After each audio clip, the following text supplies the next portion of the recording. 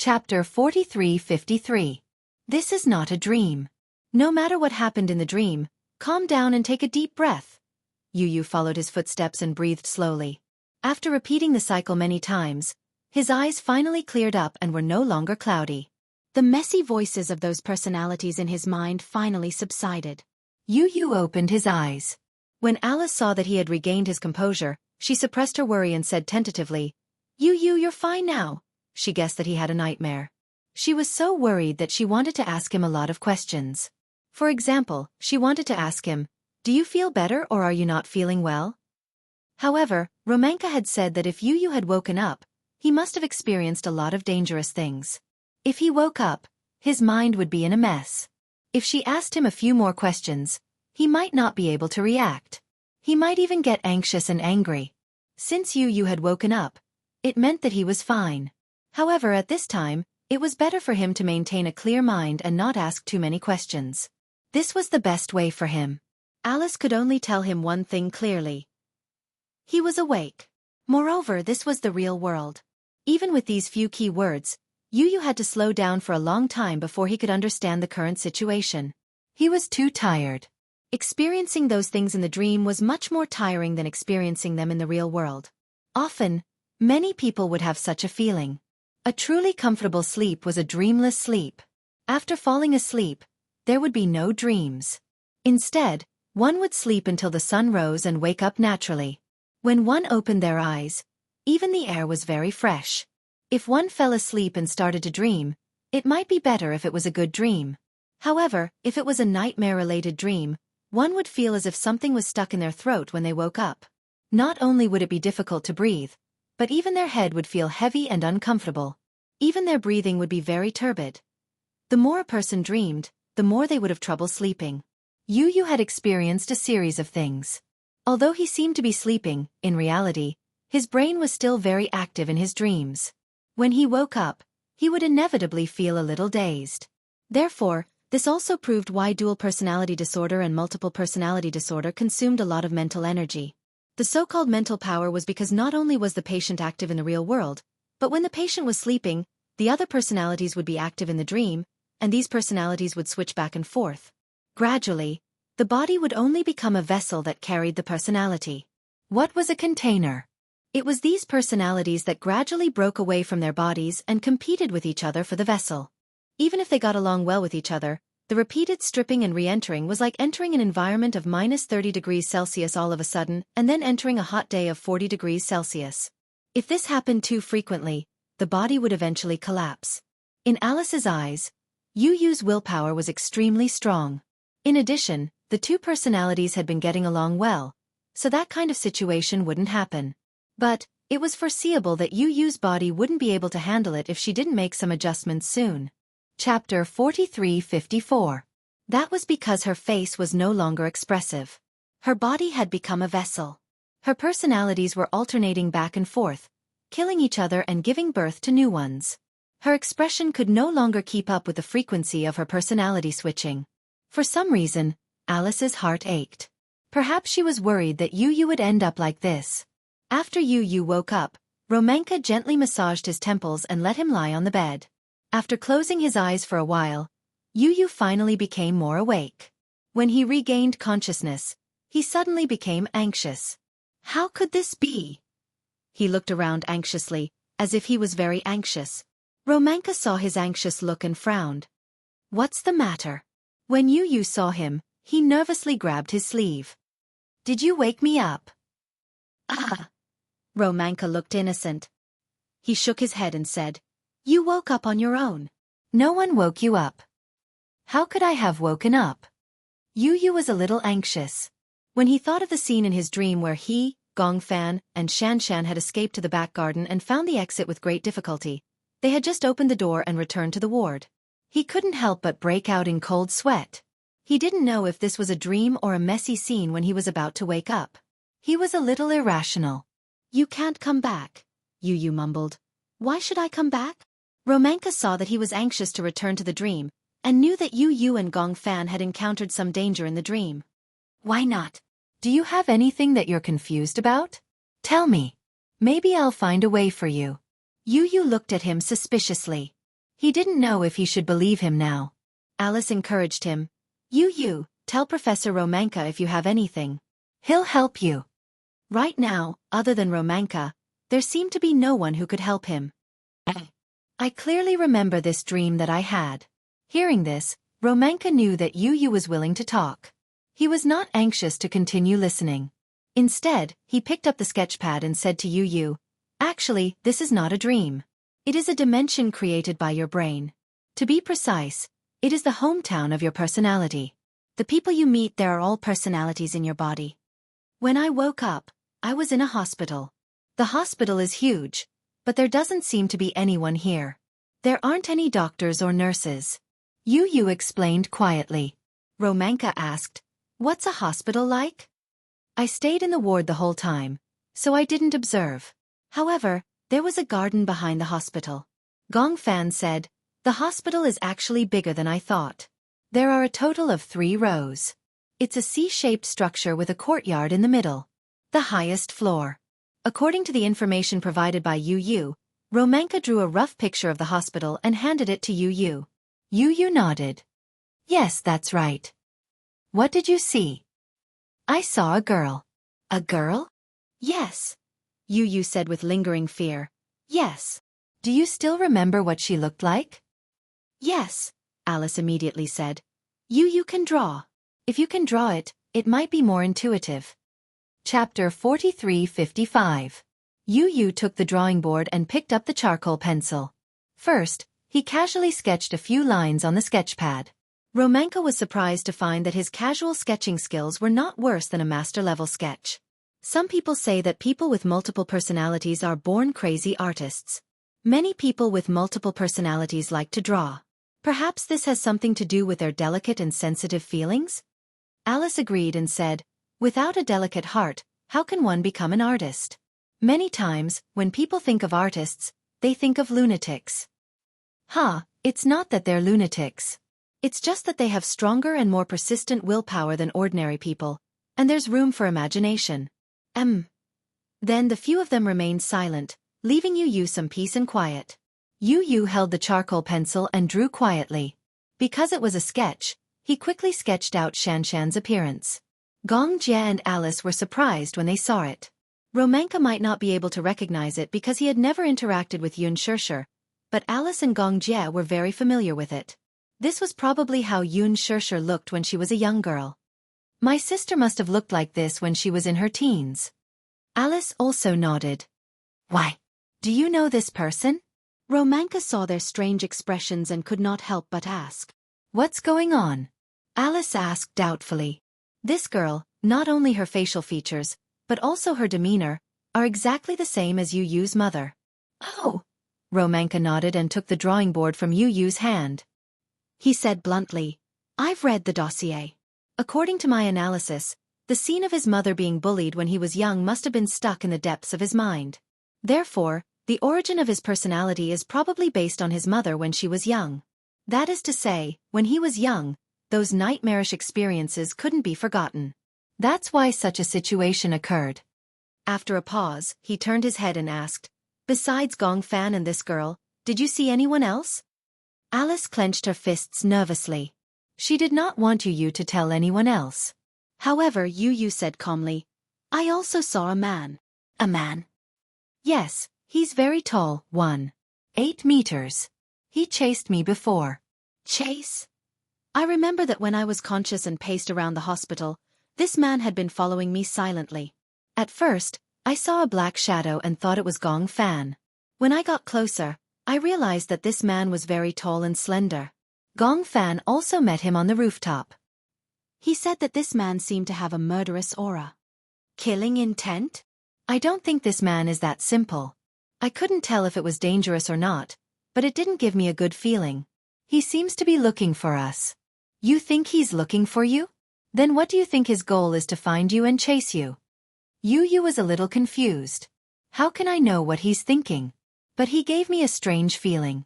I can't tell if he has good intentions or bad intentions. Anyway, we've been avoiding him.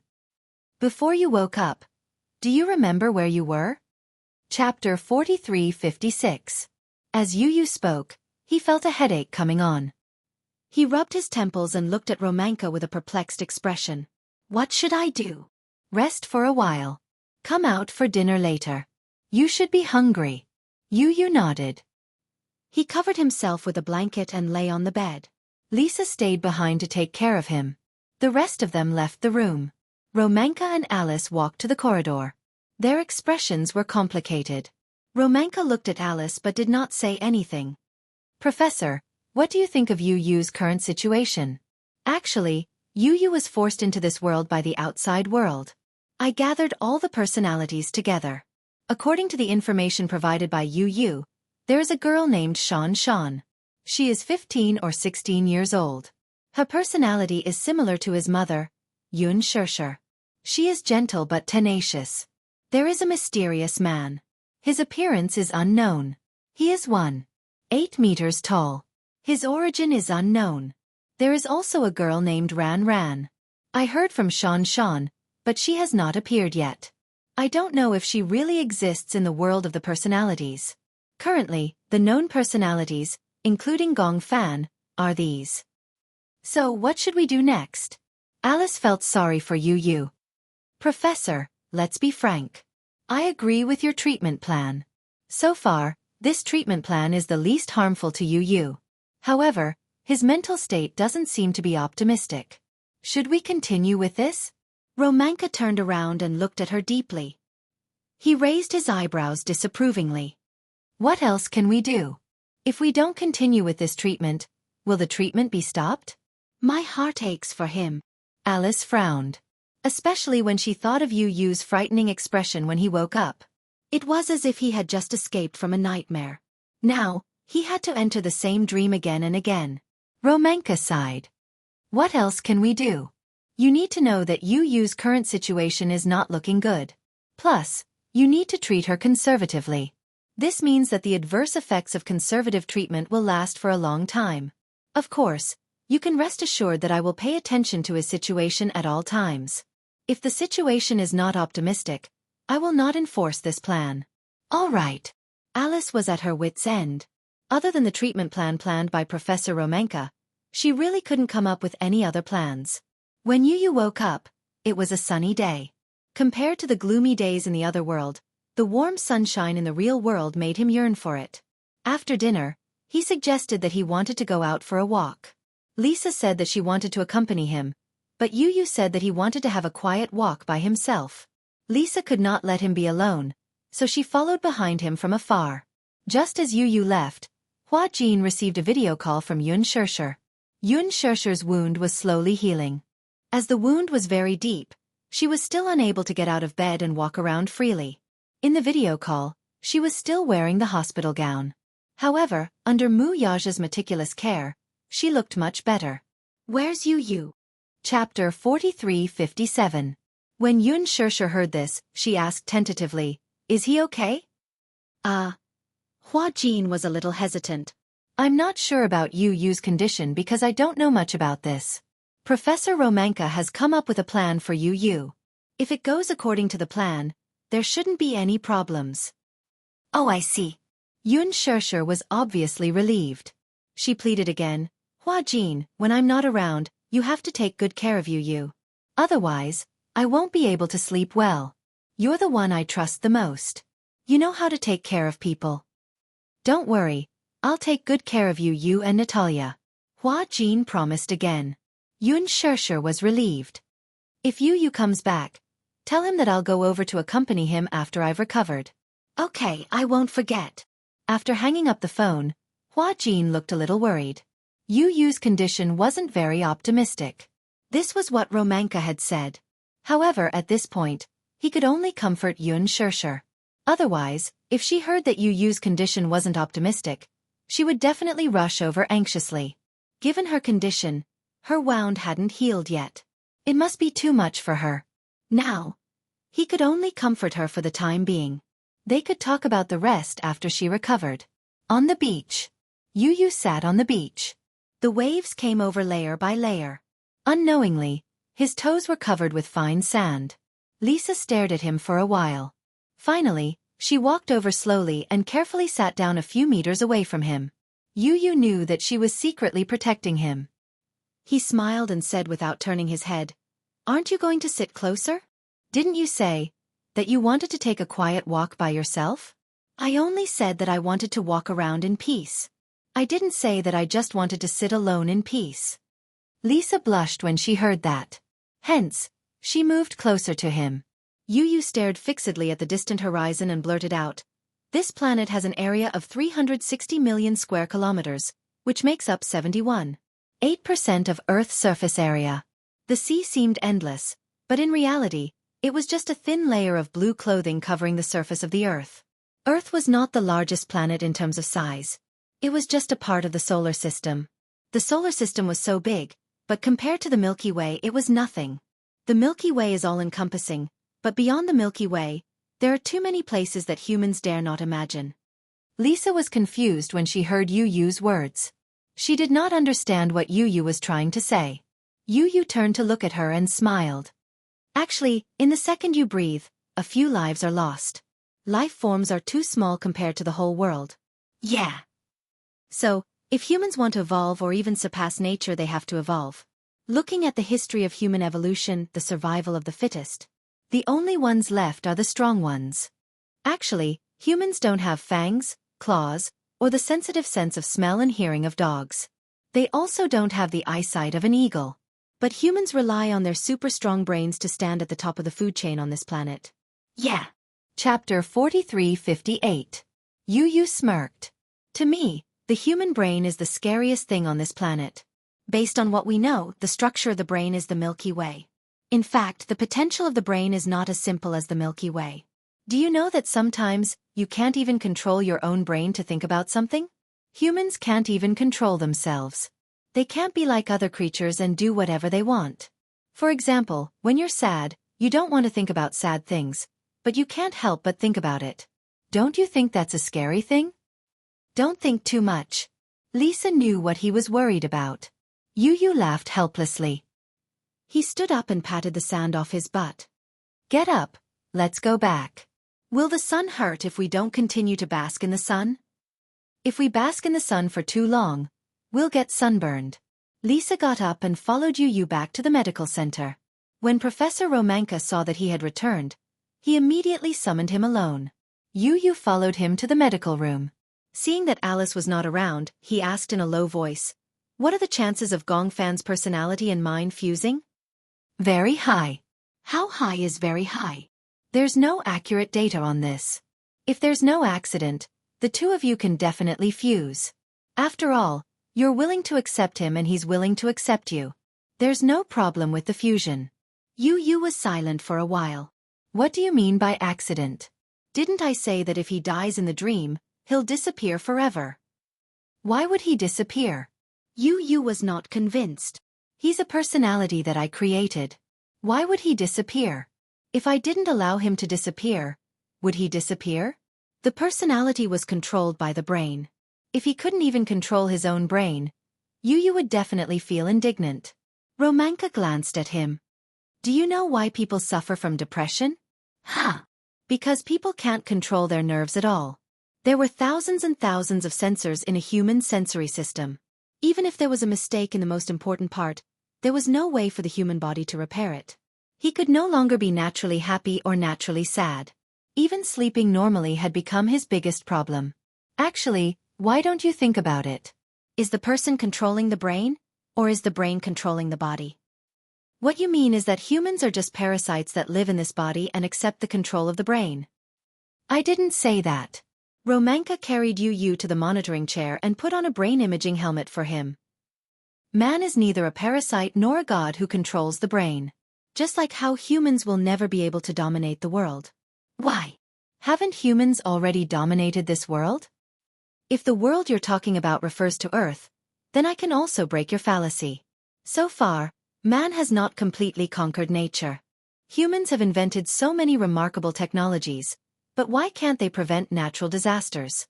Hearing this, Yu was momentarily speechless. He didn't know how to answer this question. Chapter 4359. Romanka turned on the device and said, "Lie down. I'll monitor the activity of the personality in your brain. If I leave that world, will I still be in the body in that world?" I'm not an encyclopedia of multiple personality worlds. I don't know everything.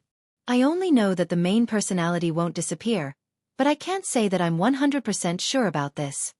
Romanka continued, the next time you sleep and enter that world, everything will be revealed. Actually, my suggestion is that before you enter that world, you should first have a full sleep to replenish your mental strength. No need.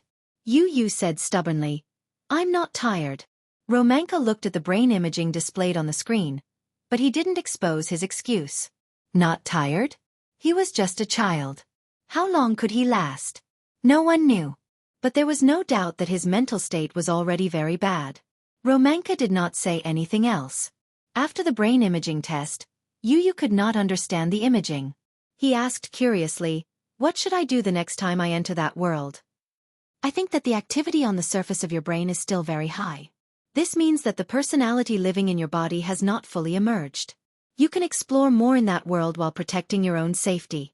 Explore. Yu did not think much of it. That's too risky. The truth always comes with risks. Yu nodded. Okay, I got it. After evening, Yu went to bed early.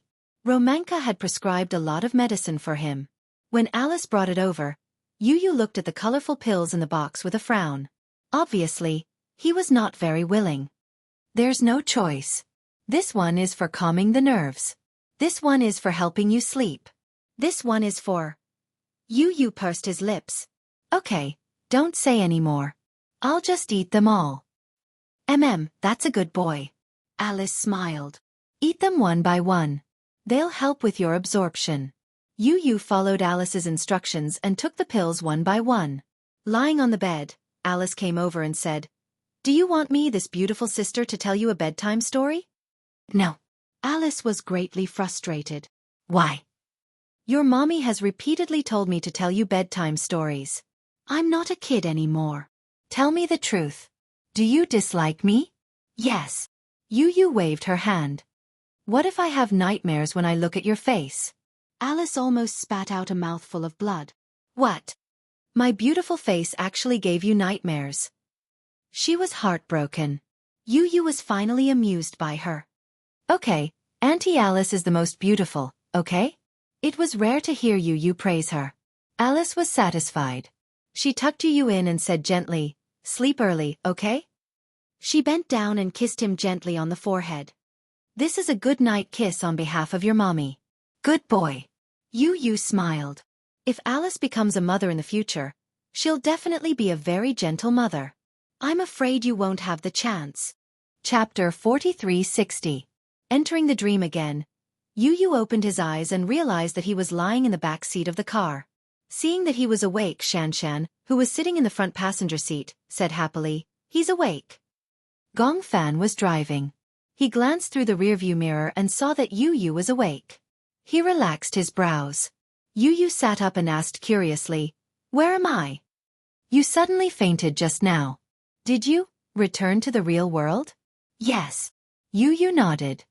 Because a person's sleep time is limited. Did anything happen after I woke up? No. Xianxia explained. After you fainted, I was very worried. I didn't know what happened to you, but Gongfan said that you were too tired and fainted. He carried you and followed the road to find the car. He said that he drove the car to this hospital. Yu sat up.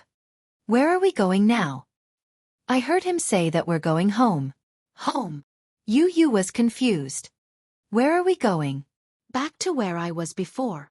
Gongfan explained, and Yu did not ask any further after hearing that. He was surprised to see Gongfan controlling the steering wheel so easily. Do you know how to drive? A little. When did you learn? Did Xiao Yichen teach you?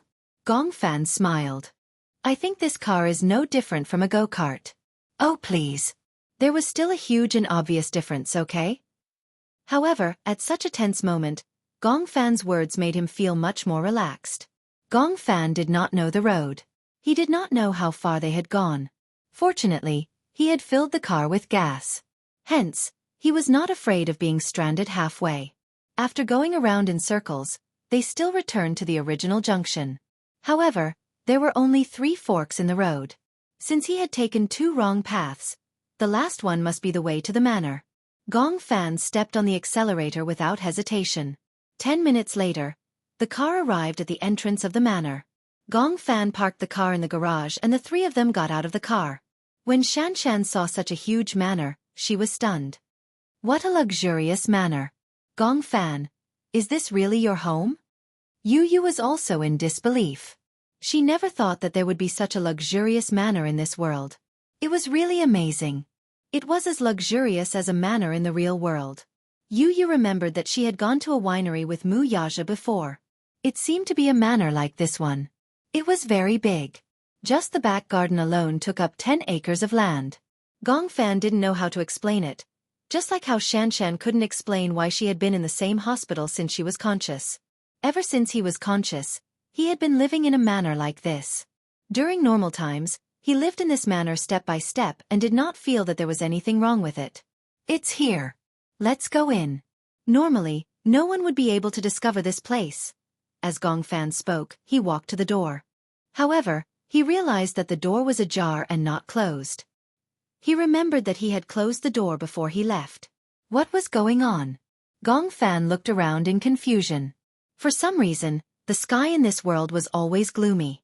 The bleak scenery always seemed lifeless. It was no wonder that he was so attached to the sunlight in the real world. Chapter 4361. This was the place where he used to live. It was always cloudy and had lost the sunlight for many years. The trees in the back garden were all withered and looked extremely bleak. This seemed to be a scene that could only be seen in the middle of winter. What's wrong? Yu saw that he was stunned and was a little puzzled. Gong Fan shook his head. Nothing. Let's go in. Yu and Xianxia followed behind him and walked in. After walking into the manor, Yu realized how luxurious the interior of the manor was. The American-style furniture was made of solid wood, the fireplace, the rocking chair. What was puzzling was that even though Gong Fan lived here alone, no one cleaned the place, but there was no dust. It's so clean. Yu turned around and asked Gong Fan, "Can I take a look around?" Of course. Perhaps it was because he was in a safe environment. Yu let down his guard. In addition, he was curious about Gong Fan's residence, so he looked around. Xianxia was also very interested. Hence, she followed behind Yu and looked around room by room. The manor was very big. There were a total of 3 rows of buildings. The layout was similar to that of the hospital, which was a C-shaped structure. Yu held the stairs and walked up. Looking at the magnificent furnishings, his sighs kept echoing. Wow, it's so beautiful. Look that mural. This mural is so beautiful too. The voices gradually faded away with the sound of footsteps. Gong Fan went up to the 2nd floor and returned to his room. He was thinking about how he should rest since it was already so late. His room was very big. Gong Fan walked in and wanted to change his clothes first. After carrying Yu all the way, it was inevitable that he was sweating. He was such a clean freak. How could he tolerate it? Hence, he wanted to find a clean set of clothes to change into after taking a shower. However, just as he entered the room, Gong Fan caught a glimpse of the furnishings on the table and couldn't help but frown. It was very strange. There was an ancient bronze ornament of a little angel on the table. He had the habit of tidying it up. Perhaps it was OCD, but he remembered that before he left, the ornament on the table was facing the window. Now that he looked at it again, it was obviously moved silently. It was obvious that someone had casually picked up the ornament, looked at it, and then put it back in its original position. How could this be? Gong Fan immediately became nervous. Could it be that someone had been here? That was impossible. He was the only one living in this manor. Usually, no one would come here, and no one would enter or leave his room. Could it be that someone had come in when he left? Gong Fan looked around warily, trying to find some clues. He walked to the side of the bed, but he didn't find anything strange. However, it was a fact that the ornaments on the table had been moved. Gong Fan had a bad premonition. He turned and looked at the wardrobe. There was a row of large cloakrooms in his room. At this moment, that row of wardrobes became his main suspect. He suspected that someone had come in and out of the room. Then, this person wanted to search for something in the room and came to his room. Before he could find anything, he heard the sound of them coming back, so he found a place to hide.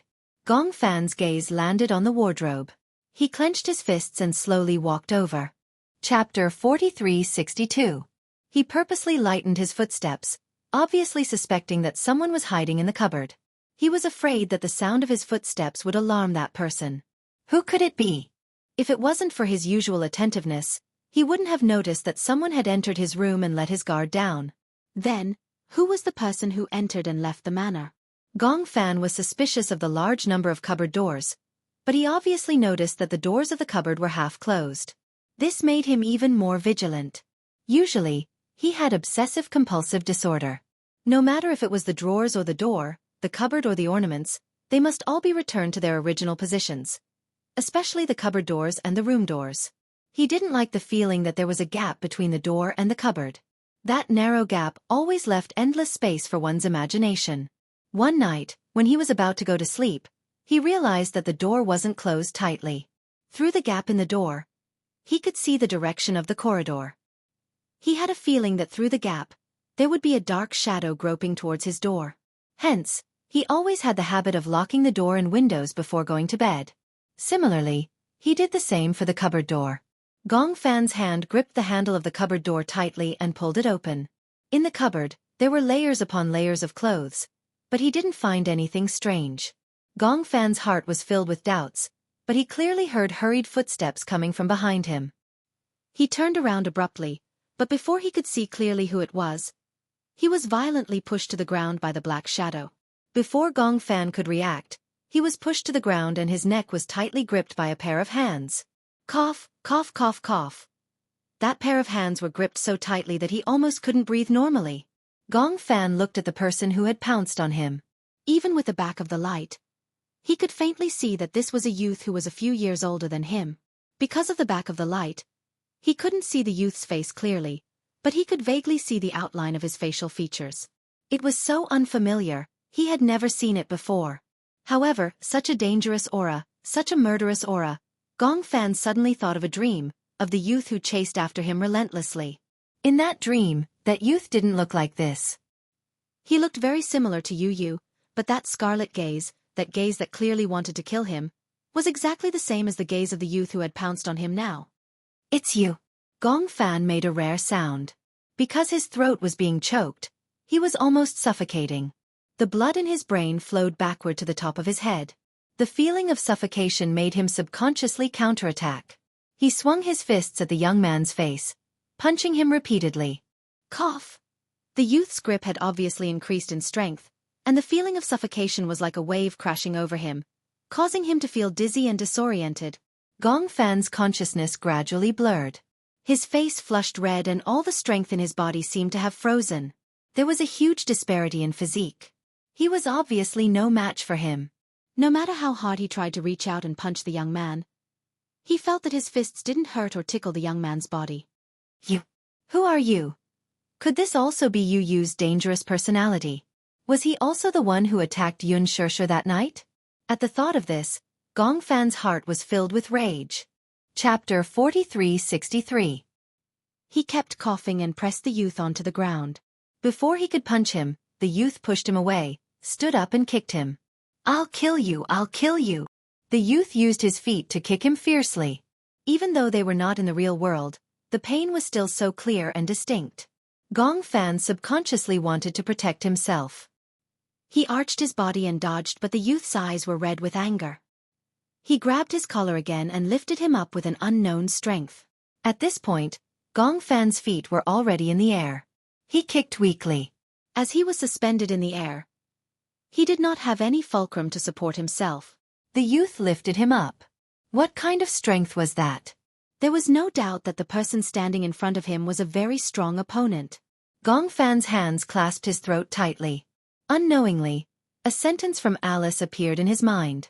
If you meet with any accident in that world, in the real world, it would mean the death of your personality.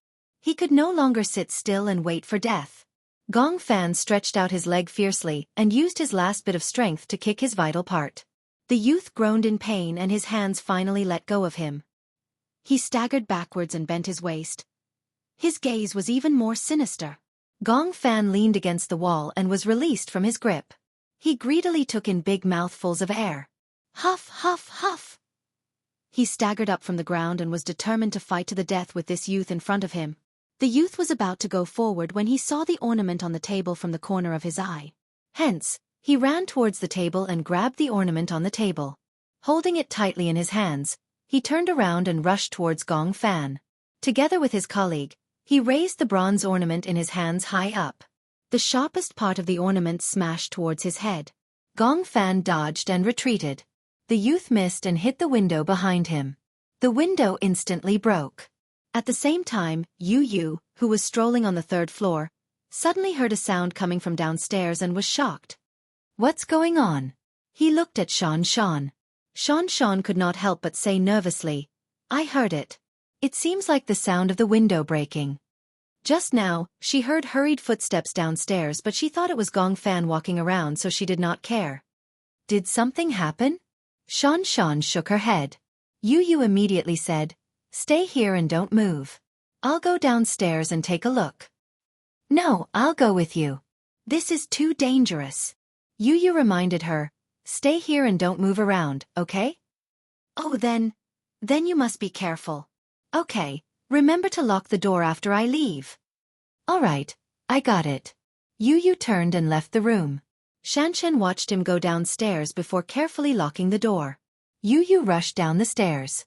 At the same time, in the room, Gong Fan and the young man were still in a tense confrontation. The youth picked up the ornament in his hand and threw it at Gong Fan. Gong Fan wanted to dodge, but he was tripped by the carpet under his feet and fell forward. His forehead hit the corner of the cupboard, and his brain shook violently. Immediately after, he felt a sharp pain and numbness at the corner of his forehead, as if some sticky liquid was flowing out. He held his forehead, and his vision started to blur. Chapter 43-64. Yu heard the sound and ran to the door. When he saw the young man closing in on Gong Fan, he immediately shouted, "Who are you?" When the young man heard Yu's voice, he turned around abruptly. When he saw that it was Yu, he looked back as if he was trying to identify the person he was looking for. Yu shouted sternly, "What on earth are you trying to do?" The young man was stunned. Then his face turned gloomy. Yu looked at Gong Fan and saw that he was injured. Just as he was about to go over to him, Gong Fan shouted, "Run!" Just as Gong Fan finished speaking, the young man pounced on Yu. When Gong Fan saw this, he did not care about his dizziness. He did not know where he got the remaining strength from, but he pounced over and hugged the young man's leg tightly. The young man did not expect him to be so bold. He was caught off guard and tripped on the ground. The young man turned around with a fierce gaze. "You're courting death." As he spoke, his fists landed on Gong Fan's body like raindrops. When Yu saw this, he was anxious. However, he knew that he was no match for this young man. Hence, he said to the young man, "Be ****, come at me if you dare." The young man's attention was attracted by Yu and he turned around. At this moment, Gong Fan was already exhausted. His head was dizzy and he fell to the ground weakly. Yu turned around and ran, attracting all the young man's attention. The young man stood up, kicked Gong Fan aside, and chased after Yu. Yu ran up to the 4th floor in one breath. The young man chased after him. He ran extremely fast and caught up with him in a short while. Yu hid in a room and locked the door. He leaned against the door and tried his best to suppress his breathing. He nervously listened to the movements outside. Outside the door, the young man's footsteps slowly passed by. When he passed by the room Yu was hiding in, he paused for a few seconds. When Yu heard this, she couldn't help but hold her breath.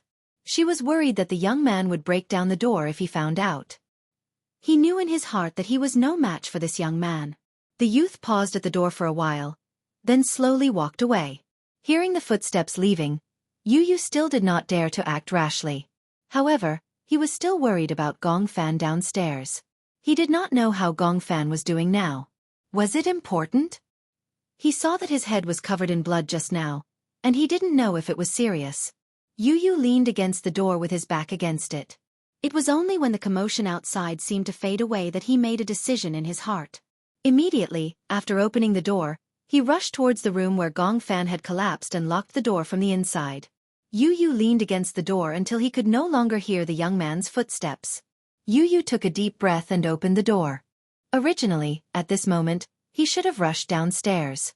However, for some reason, he glanced in the direction of the young man's footsteps. The young man's back was facing him. Yu opened the door very softly. There was almost no movement. However, for some reason, when he looked at the young man seemed to be able to sense his gaze and suddenly turned around. What kind of gaze was that? That was the gaze of a ferocious beast searching for its prey. Yu instantly felt suffocated. He couldn't care less and turned to run. Behind him, the sound of footsteps chased after him. Yu pounced to the staircase, sat on the handrail, and glided down the stairs suavely. Chapter 4365. The youth clenched his fists tightly, and his eyes that were filled with hostility slowly narrowed. Yu came to the room where Gong Fan had collapsed. He walked to the door and saw Gong Fan lying on the ground. He turned pale with fright. First, he closed the door and locked it. Then, he rushed over and carried Gong Fan. Gong Fan, Gong Fan. Are you okay? He suddenly felt a sticky mark on his palm. Yu's heart palpitated. He looked at his palm and saw that it was red. He was bleeding. Yu was worried and patted Gong Fan's face gently. Gong Fan, are you okay? Gong Fan. Gong Fan's eyelids fluttered and he finally opened his eyes. When he saw Yu's face, he recognized him as the youth because his vision was blurry. He was nervous and instinctively put up a defensive posture. It's me. Yu revealed his identity. Gong Fan was relieved. It's good that you're okay. Don't worry. How could anything happen to me? How about you? Do you feel better? Yu was extremely worried. The sticky mark on his palm made his heart beat wildly. Nothing must happen to him. What happened? Who is that person? Gong Fan licked his dry lips and said weakly, I don't know. When I returned to my room, he suddenly appeared. Yu frowned. Maybe. He sneaked into this manor after I left. I suspect that he's the one who stabbed Mommy. You have to be careful.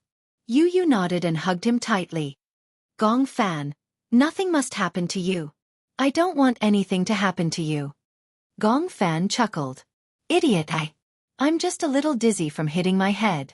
I won't die. Really? Yu was skeptical of his words. Gong Fan looked at his worried expression and smiled in pain. It's just a small injury. Don't worry too much. Maybe I'll feel better after lying down for a while.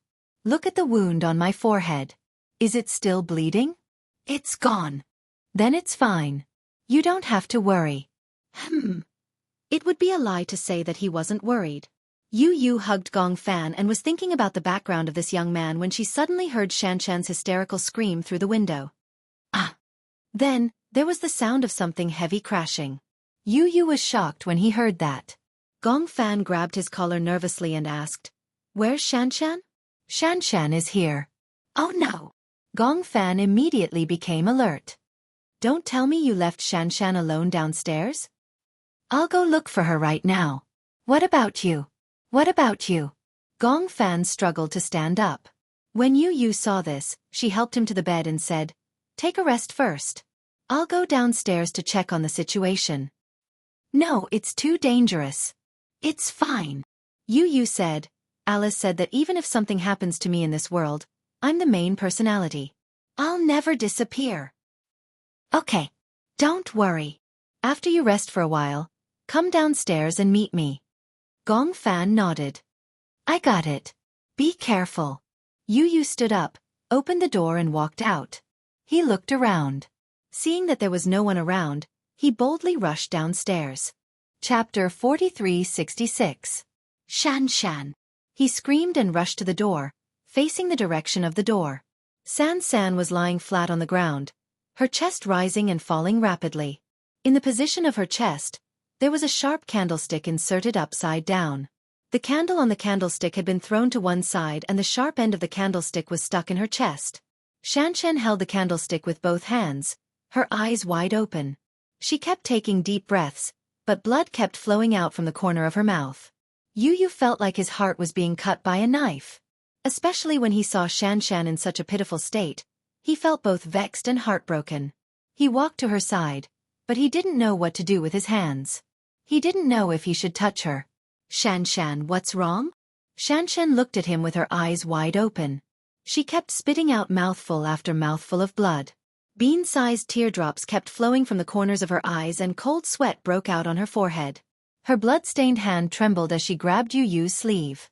Yu. Xianxia? Sob, sob, sob, it hurts, it hurts. Xianxia was in so much pain that she started crying. She kept crying and choked on the blood from time to time. Yu Yu's gaze slowly moved to where she was injured. When he saw where the candlestick had pierced, he knew that the candlestick had pierced her vitals. He couldn't care less anymore. He sadly picked up Xianxia and hugged her in his arms.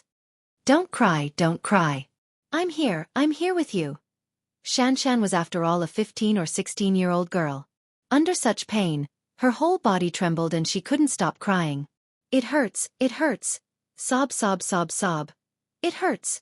When Yu Yu heard this, his heart felt like it was being stabbed by a knife. He hugged her tightly and felt that her body was getting colder and colder because of the excessive blood loss. Am I going to die? Xianxia hugged Yu Yu's arm reluctantly as tears blurred her eyes. Yu Yu forced a smile. How can that be? Don't worry, you won't die. I promise you, I won't let you die. But I'm in so much pain, what should I do? Even if a person's vitals were pierced, they wouldn't die instantly. Under the condition of excessive blood loss, they would face a long period of pain. Xianxia's eyes widened and she kept sucking in cold air, as if this was the only way to calm the pain. Yu Yu was so sad that he was suffocating. How could this be? He couldn't tell if he was in a dream or in reality, or somewhere else. He didn't understand why he had to go through this. It must be that young man. Why would he do such a thing? Why would he do such a cruel thing? He didn't understand. What he didn't understand was whether he was the one controlling the plot, or whether it was the brain that was controlling them. As for him, the only difference between him and these personalities was that he was the main personality. This was determined from birth, and no one could shake his position. Otherwise, how would he be any different from these personalities? Yu. In his arms, the girl's breathing calmed down. It was a strange kind of smoothness. It was as if she knew that she was not far from death and she couldn't escape from it. Yu lowered his head. Xianxia was looking at him deeply. My name is Liang Yishan. Don't forget me, okay? Even if I can't live, I want to live in your heart. Chapter 4367. Yu Yu's heart ached as he hugged her tightly. Xianxia used the last of her strength to say to Yu Yu, when I'm not around, Yu, you have to become stronger, braver. Yu Yu held her hand tightly as his vision became blurry. Gradually, Xianxia's hand fell from his palm powerlessly. There was a loud bang as if something had exploded in his head. He finally understood. Behind him, he heard the sound of footsteps. Yu let go of Xianxia and carefully placed her on the floor. He stood up and turned around. At this moment, the young man was already in front of him. The young man was a head taller than him and had a similar face to him. However, they were not exactly alike. Instead, the young man's facial features were filled with ruthlessness. Yu looked at him fearlessly without a trace of fear. When the young man saw him like this, he was slightly surprised. He closed in on him. Why? Not running anymore? Running? Can I run forever? Yu did not retreat. Instead, he took a step closer to the young man. I understand now. Xianxia is one of the personalities in my body. She was timid and afraid. No matter what, she was always careful, hesitant, and worried about personal gains and losses. She represented the weak personality in my body. Now that she's dead, it means that I won't be as weak as before. The young man was slightly stunned and his eyes narrowed. It's you who killed my cowardice. Yu slowly put his hand behind his back. Behind him was a pair of scissors that he had secretly hidden in his waist belt. Just now, when he was strolling around the room, he saw the scissors. Out of self-preservation, he casually put it in his hand. The young man's gaze moved down and landed on him. He laughed coldly. Do you think you're my match? Humph. You overestimate yourself. As he spoke, he strode forward and reached out his hand. He grabbed Yu's throat and lifted him up easily. The young man was so arrogant that even though he knew that Yu had a weapon in his hand, he didn't take him seriously at all. Could it be that this personality represented the violence in his body? It was this personality that had hurt Mommy. Yu Yu accepted this fact and began to struggle violently. However, the youth's strength was too great. Gradually, his feet left the ground. Yu Yu struggled and clenched the scissors in her hand tightly. Then, she recklessly stabbed at his arm. The youngster glanced at Yu Yu from the corner of his eye. He raised his other hand and effortlessly grabbed Yu Yu's hand. He grabbed Yu Yu's wrist with great force, causing Yu Yu to feel pain. Yu Yu's hand loosened, and the scissors fell to the ground with a thud. I've said it before. No matter how many of you there are, you are no match for me. Perhaps it was due to the anger that Yu Yu had attacked him, but the violence in the youngster's body completely exploded. He threw Yu Yu away with all his might. Yu Yu only felt that his body was as light as a kite. In the end, he landed heavily on the table. He somersaulted and fell to the ground. He curled up in pain. The young man walked in front of him and looked down at him. Then, he lifted his leg and kicked him to the side in disdain. Yu Yu had no way of retaliating. Chapter 4368. Are you Yun Tianyu? The youth walked toward him with a sinister smile. How long are you going to occupy this body? Occupy? Yu Yu was so angry that he laughed. What do you mean by occupying? This is my body to begin with. You shouldn't even exist. Oh? Why shouldn't I exist? The youth's eyes were cruel as he yelled hysterically. Why should you exist but not me? Then, according to what you said, this idiot shouldn't exist either. Yu Yu knew that the idiot the youth was referring to was the dead Liang Yishan. He was even more furious. You are really unreasonable. The youth closed in on him. I don't care what you say. I only know that as long as I kill you and everyone else, this body will belong to me. What makes you think so? Yu Yu said coldly. I won't let you have your way. Won't let me have my way. The youth's face was cold. I'm not just saying this. You're not as good as me. What do you have to fight me? As the youth said this, he bent down and pulled out the candlestick from Liang Yishan's body. He then closed in on him. Go to hell. The young man roared and swung his sword at him. Yu Yu could not retreat in time and could only watch as the candlestick was about to pierce his forehead. When the candlestick was less than an inch away from his forehead, the youth's body stiffened, and his scarlet eyes stopped moving.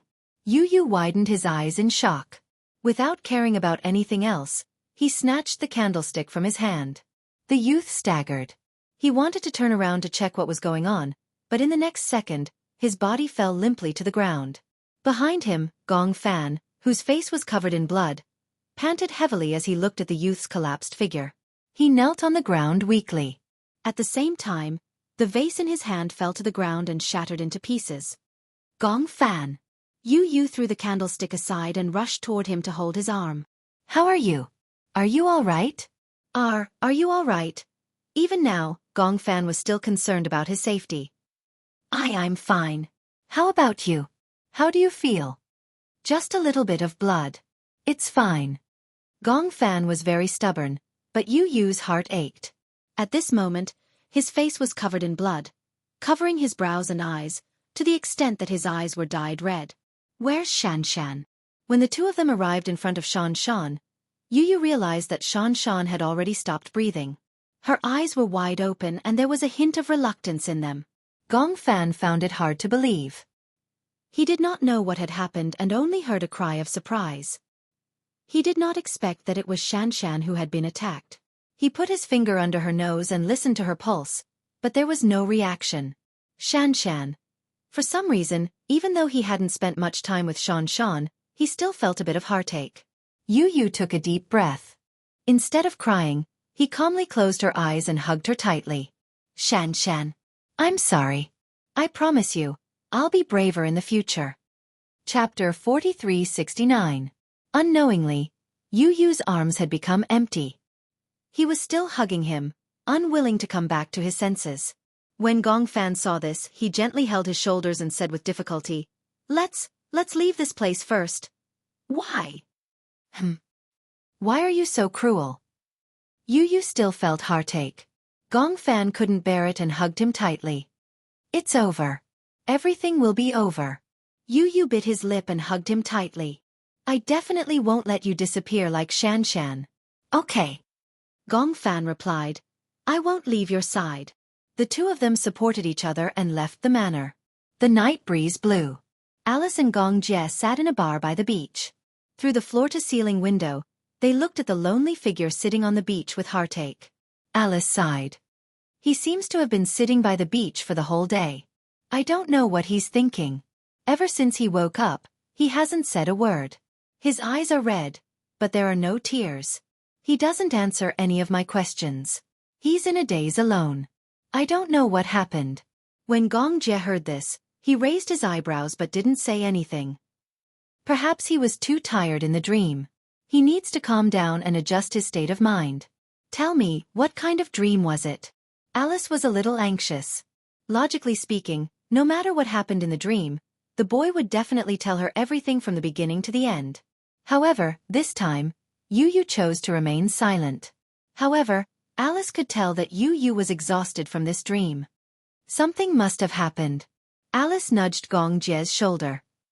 Why don't you ask him? How? What should I ask? Just ask him why he's so depressed. If he doesn't cooperate, we don't know how to proceed with the treatment plan. Gong Jie said disdainfully, You're his doctor, I'm not. But you're his uncle.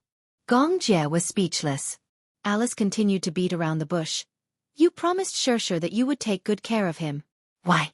Since you're an uncle, is there a problem with showing concern for your nephew? Gong Jie. He had no choice but to drink the wine in the cup in one gulp. Then he stood up, gave her a cold sidelong glance and left. At night, the sea breeze was strong. The lights floating on the sea were like stars in the sky, rising and falling with the waves. One wave came, followed by another, and the air was filled with water droplets. Yu hugged her knees and sat by the beach. Her gaze was far away, but it was unfocused and unfocused. He seemed to be lost in thought, so much so that he didn't notice Gong Jie sitting beside him. Gong Jie passed him a bottle of beer. Do you want a drink? Yu realized that he was walking over, but her expression didn't change. She asked calmly, Does mommy know that you're making her nephew drink? When Gong Jie heard this, he retracted his hand resentfully. You're using your mommy to pressure me again. Because you like it. It's a tried and tested tactic. Gong Jie burst into laughter and ruffled his hair. Brat. Tell me what happened. Gong Jie glanced at him. You've been sitting here for so long. What are you thinking about? Ha! I'm not thinking of anything. Chapter 4370.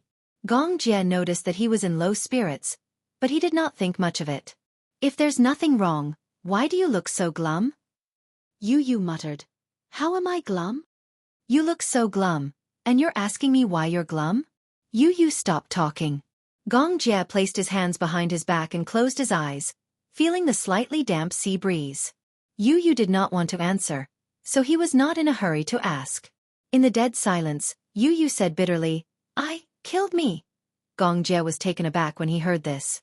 Clearly, he did not understand what the other meant. What do you mean? Gong Jie did not know whether to laugh or cry. Killed you?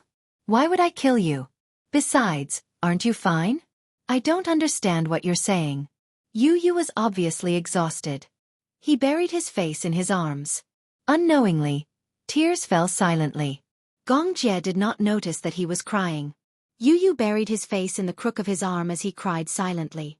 Gong Jie saw that he did not want to say anything else, so he kept quiet and accompanied him quietly. You're indeed my nephew. When I was young, I liked to sit by the sea when I was in a bad mood. I would feel the sea breeze and I would think things through. Yu looked up but did not say anything. The night was getting late. Yu stood up and turned around. He saw Gong Jie lying on the sofa, asleep. Was this really his uncle? Alice must have asked him to come over and comfort him.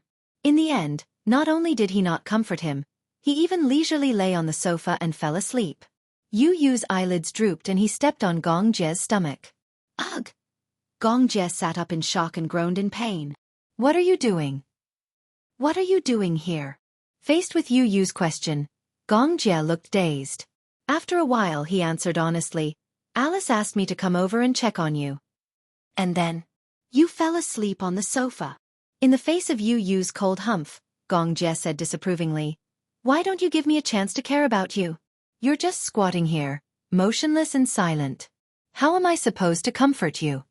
Yu was stunned for a long time. When she saw the aggrieved expression on Gongjie's face, she suddenly felt that her uncle was extremely cute. She couldn't help but laugh out loud. Ha ha ha ha. Yu suddenly burst out laughing. Gongjie was even more stunned and dumbfounded. Are you stupid? Ah ha ha ha ha. What are you laughing at? Gongjie stood up angrily and grabbed his collar. Are you laughing at me? Ha ha ha. Uncle, you're really too cute. Yu laughed so hard that tears came out of her eyes. Gongjie looked at him and suddenly stopped being angry. After a moment of silence he said sympathetically, if you're upset, you can just cry it out. Yu laughed and slowly stopped. She didn't know whether to laugh or cry. How am I upset? I'm not upset. I just feel that your aggrieved expression is really funny. If you want to cry, just cry. Why are you crying because you're laughing? Chapter 43-71. Although I don't know what happened to you, you always say things that I don't understand. Gongjie paused for a moment and squatted down again. He held his little face gently and rubbed it. But I will be like mommy and stay by your side forever. No matter what happens to you, you will always be my nephew, okay? Yu clenched his teeth tightly. After hearing Gongjie's words, he couldn't hold it in anymore. He clenched his teeth and tried to hold back his tears. Gongjie knew that he had wanted to cry for a long time. Now that Yu was crying, it meant that he had let go of his worries in front of him. Gongjie's heart ached as he hugged him and said helplessly, if you want to cry, just cry. Why are you still holding it in? If you keep crying in your heart, you will fall sick. As soon as he finished speaking, Yu finally couldn't hold it in anymore. He cried loudly and wantonly. Boo-hoo. Has he confessed? Alice looked at Gongjie as he walked into the laboratory and asked. Gongjie had just sent Yu back to his room. Yu said that he was tired and wanted to lie down on the bed for a while. He thought that since he had cried for so long, his eyes must be sore from crying. Gongjie closed the door and left. After hearing what he said, I feel that it's a little unbelievable. Alice was a little curious. Tell me about it. Gongjie told Alice everything that had happened in Yu's dream. Alice listened and was silent for a long time. She also felt that it was a little unbelievable. I finally understand what Yu meant when he said that he had killed himself. Huh. Actually, Yu has a sense of guilt in his heart. Among all the personalities, the mysterious young man was probably the violent personality that was nurtured in his body. He didn't notice it before, and the girl named Xianxia was the weakest personality in his body. The violent personality killed the weak personality. Although this meant that Yu's feelings for the girl were too much. He must have felt that he was the one who forced the girl to die. Personally witnessing the death of one's personality is a very shocking thing. Alice said calmly. However, the fight between the personalities is not an accident. There had been such examples before. A person with multiple personalities was hypnotized into that world. The personalities fought each other, and all the good personalities decided to work together to kill the evil personality. When Gongjie heard that, he immediately asked, what happened in the end? In the end, I realized that the evil personality was the real master personality. Alice smiled and said, in the end, the criminal was sentenced to life imprisonment. Then, what do you think of Yu's current situation? Is it optimistic or not? Alice shook her head with a serious expression. From what I see, it's not very optimistic. Gongjie suddenly became nervous. Ha! What do you mean? First of all, he has been constantly traveling back and forth between that world and the real world. He has used up a lot of his mental strength. Moreover, in that world, he has been constantly experiencing things that he can't bear. This has put a lot of stress on his mental strength. So, for now, I think it's better to slow down and treat him conservatively to avoid a mental breakdown. Then, Gongjie asked again, what did Romanka say? Chapter 43-72. Gongjie fell silent when he heard that. Alice said, there's an old saying in Country Z, when the car reaches the mountain, there will be a way out. Don't be too anxious. Take one step at a time. No matter how meticulous the plan is, it's impossible to plan everything. I understand. Gongjie stood up. Rest early. In the room, Yu was lying on the bed. His eyes were unfocused. He seemed to have adjusted his mental state. He closed his eyes and wanted to enter the dreamscape. Just as he was about to fall asleep, someone knocked on the door. He suddenly felt anxious. "Who is it?" Lisa's careful voice came from outside the door. "It's me, Yu. Are you asleep? Get lost. Don't disturb me." Yu lost his temper unexpectedly. Originally, he was about to fall asleep, but he was strangely not sleepy tonight. He had almost forced himself to fall asleep. Being disturbed at a critical moment, he became irritable. Lisa didn't expect Yu to shout at her. One had to know that Yu was known for his gentle temper, unlike Gong Fan, who was always cold and aloof. Such a gentle person actually threw a tantrum at her. Although she felt wronged, she didn't say anything and left quietly. After Lisa left, Yu closed his eyes again, but he couldn't fall asleep. Hence, he stood up, walked outside, and rummaged through the cabinets. It wasn't easy to find a sedative in the medicine box. This was placed here by Alice. Moreover, the side effects were minimal. If he really couldn't fall asleep, he could take this medicine. Yu swallowed the pill and returned to bed. About half an hour later, the effects of the medicine finally took effect. His eyelids drooped heavily. He entered the dream again. When Yu woke up, he was in a boundless forest. He opened his eyes in a daze and saw Gong Fan's figure leaning against a tree. He didn't have time to bandage his wound and it was still bleeding. Yu came back to his senses and climbed over nervously. He asked worriedly, "Does the wound still hurt?" Gong Fan said nonchalantly, "As long as you're not dead." Yu was speechless. Even if you're injured in this world, your body is still fine in reality, isn't it? That seemed to be the case. When Yu heard this, he couldn't help but laugh. "Does it hurt? Do you feel any pain?" Gong Fan was stunned and nodded. "Yes." "Is it exactly the same as if you're injured in reality?" "Yes, the wound is very real. The pain is also very real," Gong Fan said with a smile. Yu looked around. "Where are we now?" "I don't know, but we're already far away from the manor." Pursing his lips, he made up his mind. "I've decided. Yes. Let's pull ourselves together and find the other personalities. Then we'll kill them all. In this way, only the two of us will be left." When Gong Fan heard this, he couldn't help but gasp. He asked a question, just like that man we met in the hospital. "Do you think we're his match?" Yu was so embarrassed that he fell silent. That man was very powerful. More importantly, he had a strong murderous aura. Chapter 4373. Let's not talk about that man for now. Gong Fan continued. In this world, other than that man, there seem to be other personalities. Just now, we spent a lot of effort to deal with that young man. In front of him, I feel that we don't have the ability to fight back at all. Alright, let's not talk about these two people for now. Then, if you meet a kind personality like Xianxia, would you be able to do it? Yu fell silent again. He couldn't be sure if he would be able to do it if he met a personality like Xianxia. Then what should we do? Yu was suddenly at a loss. Gong Fan laughed and shook his head. He said helplessly, "I don't know either. We can only take one step at a time. Yu, we don't know how many personalities there are in this world. There might be more. However, we can't beat that man alone." Yu muttered to himself, "If only Xiao Yichen was here." Haha. At this time, you think Xiao Yichen is good? Xiao Yichen is very powerful. I'm sure that even such a strong man would only need a few moves to defeat him. It's a pity that Xiao Yichen is your brother, not your personality. Yu couldn't help but lower his head in disappointment. Let's rest for a while first. We'll make plans when the sun rises. Gong Fan lay down beside him. Through the mottled shadows of the trees, they could see tiny twinkling stars in the blurry night sky. He raised his hand and pointed to the sky. He smiled at Yu and said, "Look, that star is very small but very bright. Although it looks very small to the naked eye, it might be a very big planet." "Yes, but it's very far away from us." "I didn't expect to see such a beautiful night sky in a dream like this." Yu said emotionally.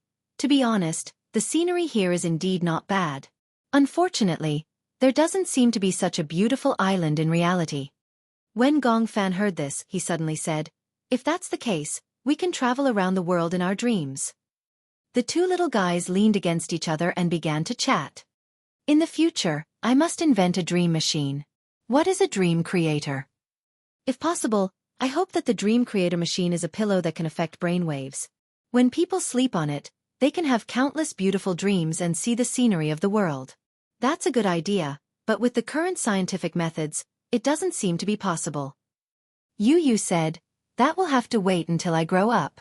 Who knows, maybe when I grow up, I will really invent the dream maker." Gong Fan smiled and patted his head. "Why did you spend your smart brain on such things? What's wrong? It wasn't some kind of crooked practice. Isn't it enough to invent some beautiful things? Nowadays, many people don't like to have nightmares. If there's a pillow like that, no one will have nightmares. That kind of pillow must be very expensive." Yu reacted abruptly. "Why are we talking about such a meaningless topic? Who knows? You were the one who started it." Yu sat up and looked around. He suggested, "Why don't we walk around? Maybe we'll find something new?" Gong Fan nodded. That's good too." Chapter 4374. The two little guys stood up. They had not walked far when suddenly, there was a slight movement behind them. Yu suddenly stopped in his tracks and turned around warily. He felt that something was following behind him. Gong Fan saw him turn around again and couldn't help but become vigilant. "What's the matter? I feel that there's a strange sound. How is that possible?" Gong Fan turned around and sized him up. "Why didn't I hear it? Could it be your imagination? Didn't you hear it?" "Yes." Yu exhaled. "Maybe it's my imagination. Maybe it's the movement under our feet. I heard wrongly." He continued to walk forward. They were in a forest and there was a patch of grass under their feet. No matter how careful they were, it was inevitable that there would be a slight movement. Yu had only taken a few steps when he heard the strange movement behind him again. He stopped in his tracks. This time, even Gong Fan heard it. His suspicions were aroused when he heard the boy's words earlier, so he paid attention to the movements behind him. As they walked forward, sure enough, someone was following them from behind. "Someone." Yu lowered his voice and said to Gong Fan. Gong Fan nodded. "I heard it." They were not loud and had some reservations. However, the footsteps behind them seemed to be following them and made them wary. "What should we do?" Yu looked at Gong Fan worriedly. "I'll count to 1, 2, 3 later and quickly run in the south direction." "Can you still run?" "It's okay, I'm fine." "Okay, got it." Gong Fan and Yu tacitly reached out their hands. Their hands were tightly clasped together. They pretended to be calm and walked forward. 1, 2, 3. The moment Gong Fan reported the number 3, the two little fellows immediately broke into a run. Their movements were fast. The mysterious figure behind them clearly did not expect them to suddenly run. After a brief moment of being stunned, he quickly caught up with them. Gong Fan and Yu didn't run very fast, but their advantage was that they weren't very tall. They ran through the dense forest without any obstacles. In the forest, the branches were low. Gong Fan and Yu were like agile leopards as they shuttled through the dense forest. Gradually, they ran out of the forest and were surprised to find that the familiar manner was reflected in their eyes again. "We're back." Gasping for breath, Yu let out a defeated groan. Gong Fan did not even have time to catch his breath. He pulled Yu and ran into the manor. "Should we split up? Distract him?" Yu made a suggestion. Gong Fan shook his head. "No, I'm worried about you." "All right, let's move together." The two little guys ran up the stairs one after the other. When they reached the highest floor, they lay on the escalator. The escalator in the manor was circular. Lying on the escalator, they could clearly see the figure walking up from below. Soon, that person rushed into the manor and followed the footprints to the escalator. Gong Fan's heart skipped a beat. He lifted his feet to take a look. Indeed, there were some mud spots on his feet. When they ran through the forest just now, the soles of their feet were the mud in the forest. Chapter 4375. Gong Fan followed his gaze and looked down. He saw that at the bottom of the building, a man was looking upstairs and quickly discovered them. Their gazes met. This man who had followed them all the way here was actually the mysterious man who had fought with them in the hospital. It's him. How could it be him? Could this man have followed them all the way from the hospital? Just as Gong Fan and Yu Yu were still in shock, the man had already caught up with them quickly along the stairs. Gong Fan and Yu Yu exchanged glances. They did not have the time to be emotional. They turned around and groped their way into the rooms one by one. Most of the rooms were locked from the back. Gong Fan and Yu Yu pushed open the doors one by one. However, they suddenly heard another set of footsteps coming from the end of the corridor. Yu Yu looked towards the end of the corridor and saw a blurry figure standing there. It was an ugly girl. She stood at the end of the corridor and saw Gong Fan and Yu Yu. Immediately after, her face, which seemed to have been slashed by a knife, revealed an extremely sinister smile. They are there. Gong Fan and Yu Yu were stunned. This girl seemed to know them? But they had never seen this girl before. At this moment, a young man walked over from beside the girl. And this young man was the one who had killed Xianxia's personality previously. The girl pointed at Gong Fan and Yu Yu and ordered arrogantly, "Kill them." The young man's gaze was sinister as he quickly closed in on them. The girl was still dancing with joy. "Kill them, then we can merge into one and truly occupy this body. Kill them, kill them." What should we do? There was a wolf in front and a tiger behind. Regardless of whether it was going forward or backward, they had been completely blocked. Yu Yu only felt his scalp go numb. "Yu Yu, here." Gong Fan kicked open the door of a room and pulled Yu Yu into the room. All the rooms in the manor were locked from the inside. Gong Fan locked the door from the inside and kept looking around. He walked to the window and pushed it open. He saw a row of narrow windows outside the window. Usually, it was used to put some potted plants as decoration. It might be dangerous for adults, but they could walk on it and force their way through. "Yu Yu, maybe we can go through this window to another room and avoid them. But, are you afraid?" Yu Yu looked out of the window with lingering fear. They were on a very high floor. If they accidentally fell down, they did not know what would happen. At this moment, the door was kicked open with an earth-shattering sound. Yu Yu did not have time to consider so much. "Let's give it a try." "Okay." "Gong Fan, be careful." "Okay, I'll go." Gong Fan was the first to climb out of the window. Yu Yu followed closely behind and climbed out as well. The two of them were just able to stand firmly on the narrow windowsill, and carefully made their way to another window. "Do you see it? There's a small flower bed on the floor below. We can jump onto that flower bed first." Gong Fan pointed at him. Yu Yu saw it too. He took a deep breath and jumped down. When Gong Fan saw it, he followed closely behind and jumped down. The two of them had just jumped down from the flower bed when they heard a girl's sharp scream from above. "There, there." Chapter 4376.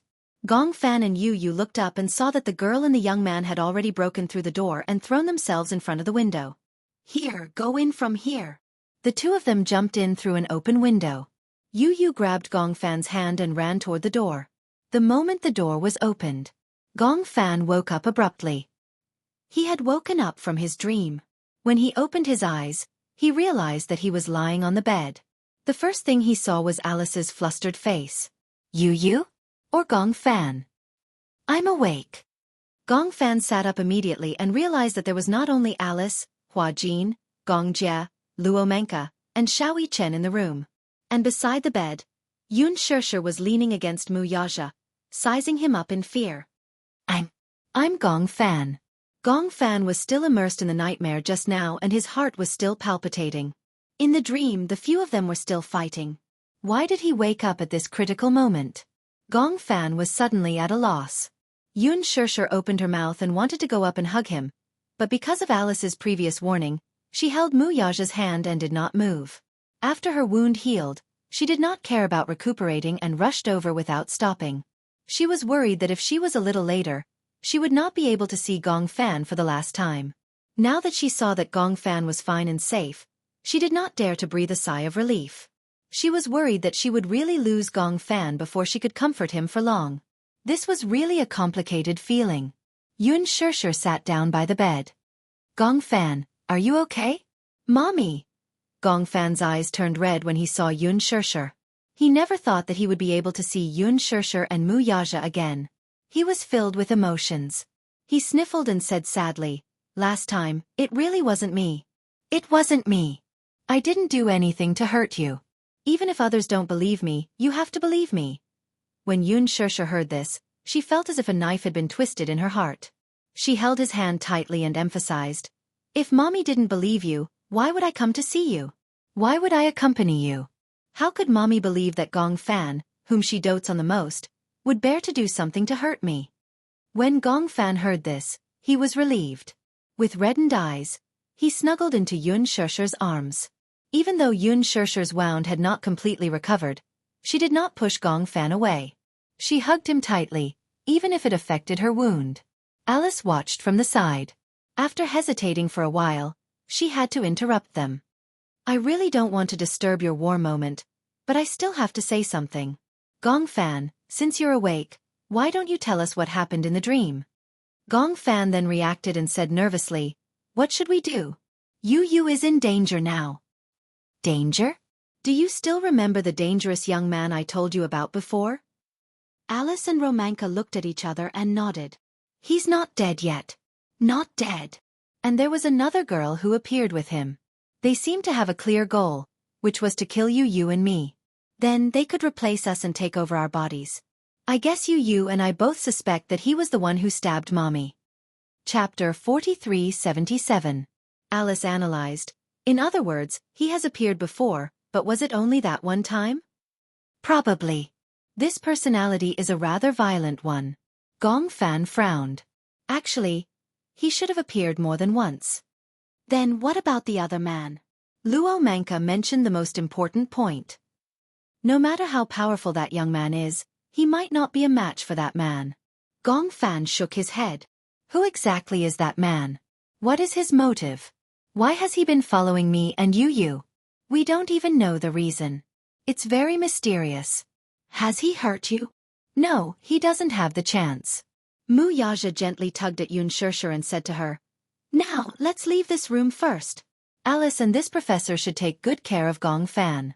We won't be of much help to the child here." "Okay."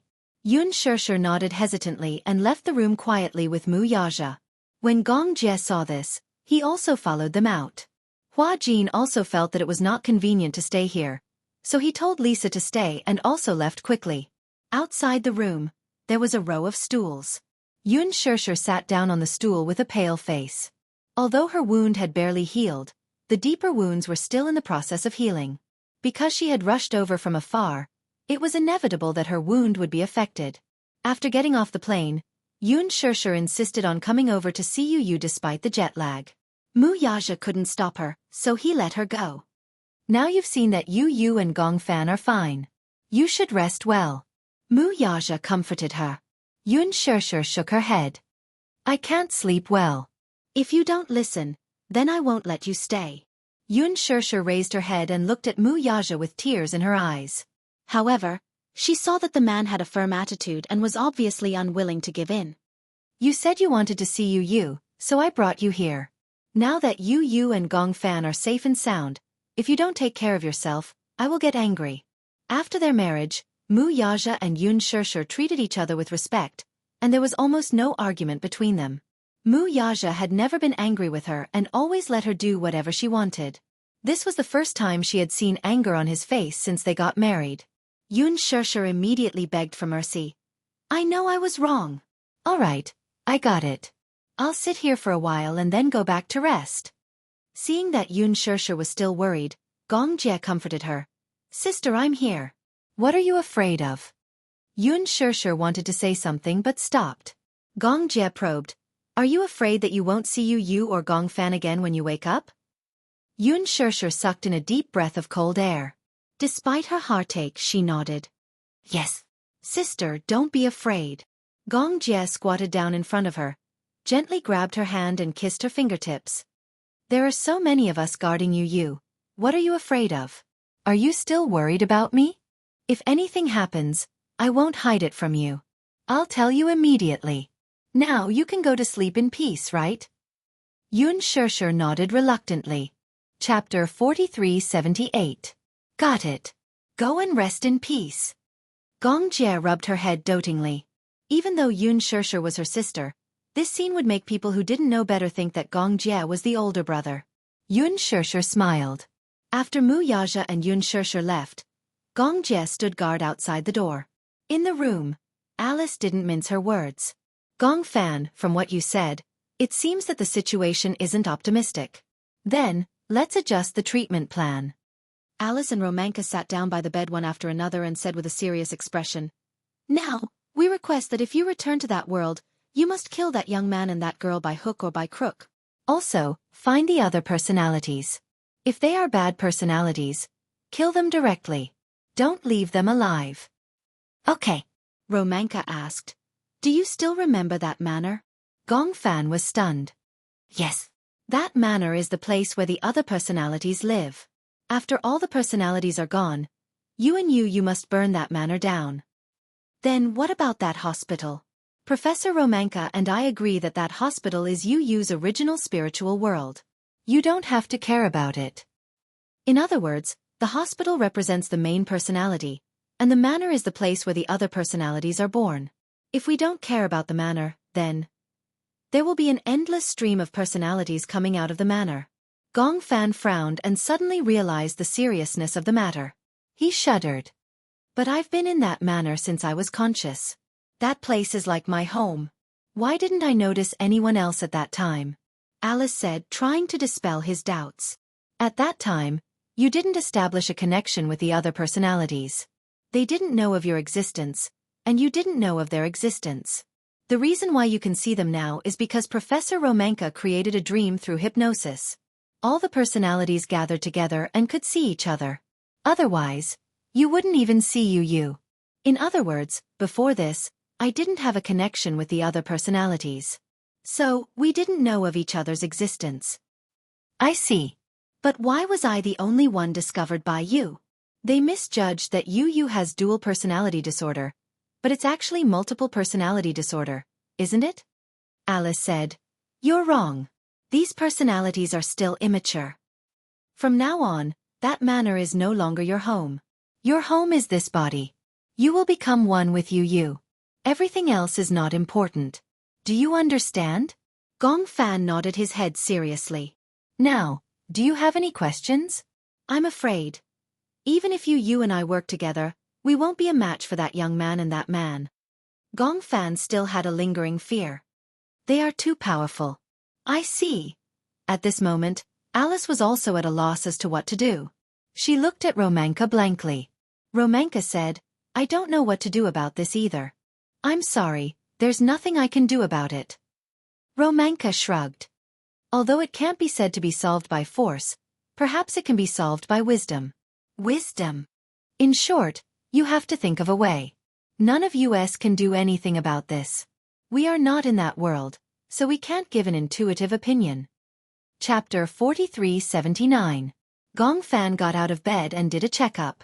He ate some food to replenish his energy. Then, Luo Manka brought him to the fitness center to train his body. Because he had been lying in bed repeatedly during this period, Gong Fan's physical fitness had declined rapidly. After training for an hour, Gong Fan rested for a while. After dinner, he lay on the bed. He entered the dream world smoothly. Gong Fan woke up in that world. When he opened his eyes, he realized that he was in a room. Footsteps came and went outside the door. Yu was beside him, leaning against him tightly. Seeing that he was awake, he finally heaved a sigh of relief. "What's going on?" Gong Fan saw that the door and windows were locked. The moment he spoke, Yu shushed him warily. "Don't make a sound. They're looking for us outside the door." Yu pointed outside the door. Gong Fan immediately nodded. He lowered his voice and told Yu about Alice and Luo Manka's instructions. Yu widened his eyes in shock. "Are you crazy? How can the two of us be a match for those two guys? Let's not talk about that man for now. We can't even defeat that young man." Gong Fan's face was dejected. "There's no other way. This is our biggest predicament now." Yu leaned his head against the wall. "Let me rest for a while." When Gong Fan fainted, Yu helped him down to the first floor. He was so tired that he was half dead. Fortunately, the young man and the girl had not discovered them yet. If they broke through the door, they would escape through the window. Anyway, they were on the way, so they would not be injured if they jumped through the window. If they jumped in through the window, they would turn around, open the door, and run out. However, after enduring the fear for so long, Yu was a little tired. He rubbed his temples and felt that the two of them were really cowardly. If it were Xianxia, he would have gone out and killed them. At this moment, Yu began to envy Xianxia's muscular limbs. Gong Fan said dejectedly, "Don't mention Xianxia anymore. It's not a good idea to keep hiding here." Yu suddenly stood up and carefully searched the room. Seeing this, Gong Fan asked curiously, "What are you looking for?" "Let me see if there's anything convenient that I can use as a weapon. I can't fight him with my bare hands, right?" Gong Fan immediately walked over and picked up the candlestick on the table. "I think this is not bad. The bottom of the candlestick is very hard and the tip can pierce people. It can attack and defend and is easier to hold. It's just a candlestick. If I use it, what will you use?" Gong Fan looked around and saw a vase on the windowsill. He braced himself and picked it up. He pouted and said, "This vase will do. It can also be used for defense." "Why am I so worried about you?" Yu sized up the vase. "It feels so fragile. It will break if I touch it. It's better than being bare-handed. I feel like I don't have any confidence if I don't have anything on me." "Is there a gun in the manor?" "I don't know. I don't think so." Gong Fan was silent for a while and suddenly thought of something. "I remember that there was a shotgun hanging on the wall in the reception room of my room." "Shotgun? What shotgun?" Chapter 4380. Is this place far from your room? I'm a little lost. I have to go to the corridor to recall the layout. Yu took a deep breath. After confirming that there were no more footsteps outside, he mustered up his courage and opened the door. There was really no one outside. He probably couldn't find him here and didn't want to go upstairs. Yu was a little afraid of this young man. It wasn't because he was timid. It was because the young man's murderous aura was too terrifying. "I know where this is," Gong Fan recalled. "My room. You have to walk along this corridor and turn left. The first room at the end is mine." Yu looked around. The empty corridor inevitably gave him a creepy feeling. "This place gives me a bad feeling." As Yu spoke, he said to Gong Fan, "Let's go to your room." "What if our footsteps attract attention?" Yu raised his eyebrows. "We can crawl over," Gong Fan said. "Can you be more serious?" "I'm already very serious." Yu smiled and grabbed his shoulder. "Actually, as long as you're here, I'm not so afraid. Anyway, I have you. I'm not alone." Gong Fan's heart couldn't help but be touched, but he didn't show it. Instead, he turned his face away awkwardly, but his eyes narrowed into a smile. The two little fellows tiptoed towards the room where Gong Fan was. They were constantly paying attention to the noises around them. As they were vigilant, they tried their best to tread lightly. Soon, they arrived at Gong Fan's room. As soon as they entered the room, Yu saw the shotgun hanging on the wall. His eyes lit up. There's really a shotgun. Gong Fan was also relieved, but he was still a little worried. "I don't know if this gun can be used. I always thought it was just a decoration." "Let's try it. At least, it's a deterrent, isn't it?" Yu immediately went forward, stepped on the stool, and took the shotgun from the wall. He fiddled with it but couldn't figure out what was going on. He wasn't good with guns, especially shotguns. He didn't even know how to load or change the bullets. Gong Fan said, "This is a shotgun. It doesn't have a long shooting range, but it's very powerful at close range. The bullets of this kind of gun scatter widely, and it shoots out several bullets at once. As long as one or two hit the target, it will be enough to make him suffer." "I heard that being shot by a shotgun at close range is explosive damage." "Yes," Gong Jie said. "I've heard from Gong Jie that if the shotgun hits the head at close range, the scene would be spectacular." "Oh, so heavy." Gong Fan immediately walked over and took the shotgun from Yu's hands. He looked at it carefully. There were bullets in the gun, but not many. After checking, he found that the bullets were the more common 12 bullets. The gun was indeed quite heavy. Even Gong Fan found it difficult to carry it. Just as the two little guys were engrossed in studying the shotgun, Gong Fan was the first to feel a murderous aura coming from behind. He turned around abruptly, only to see a figure appear at the door. The youth stood at the door.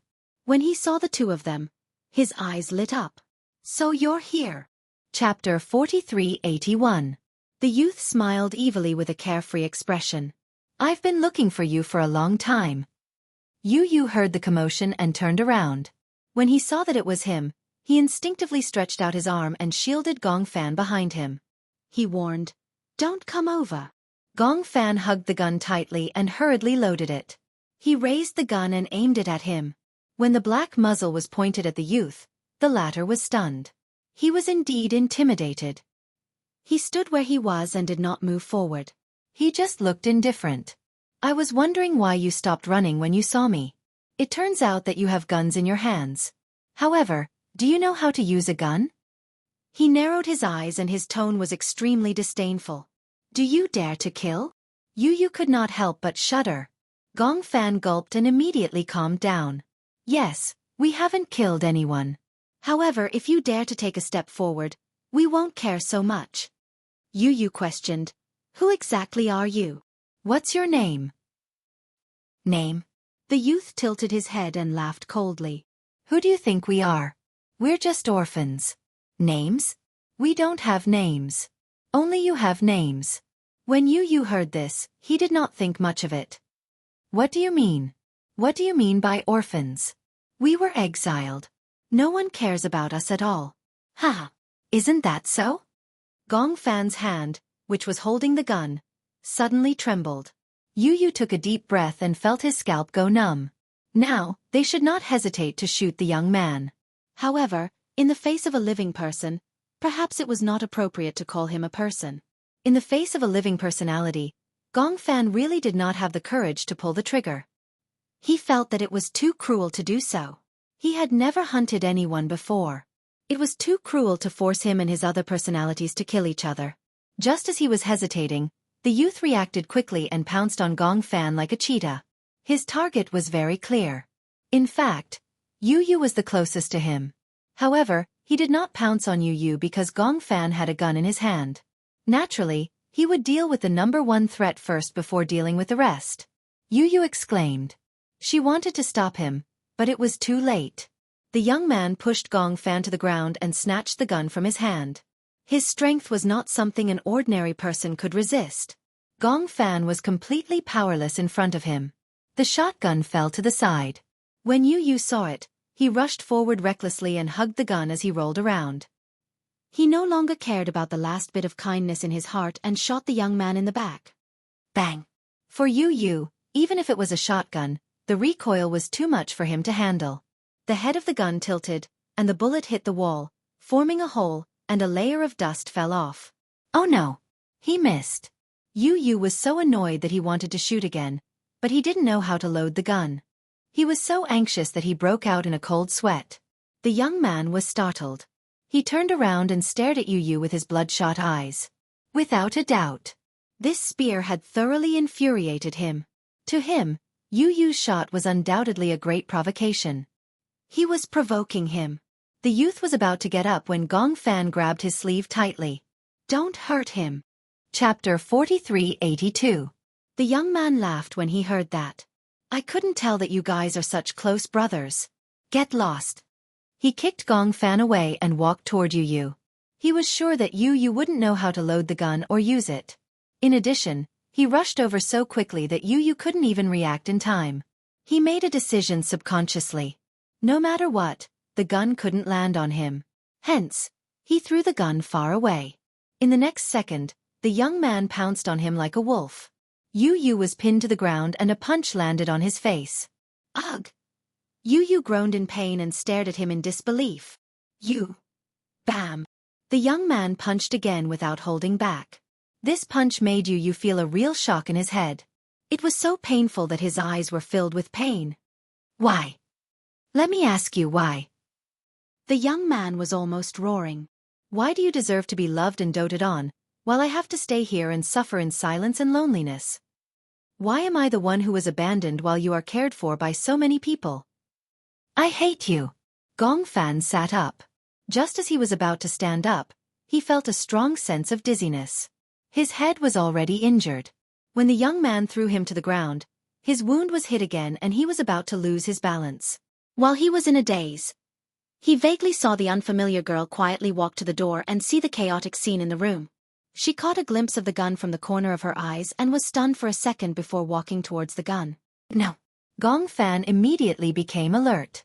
He couldn't let such a dangerous weapon fall into the girl's hands. He held his head and staggered toward the girl. The girl saw him walking toward her and screamed.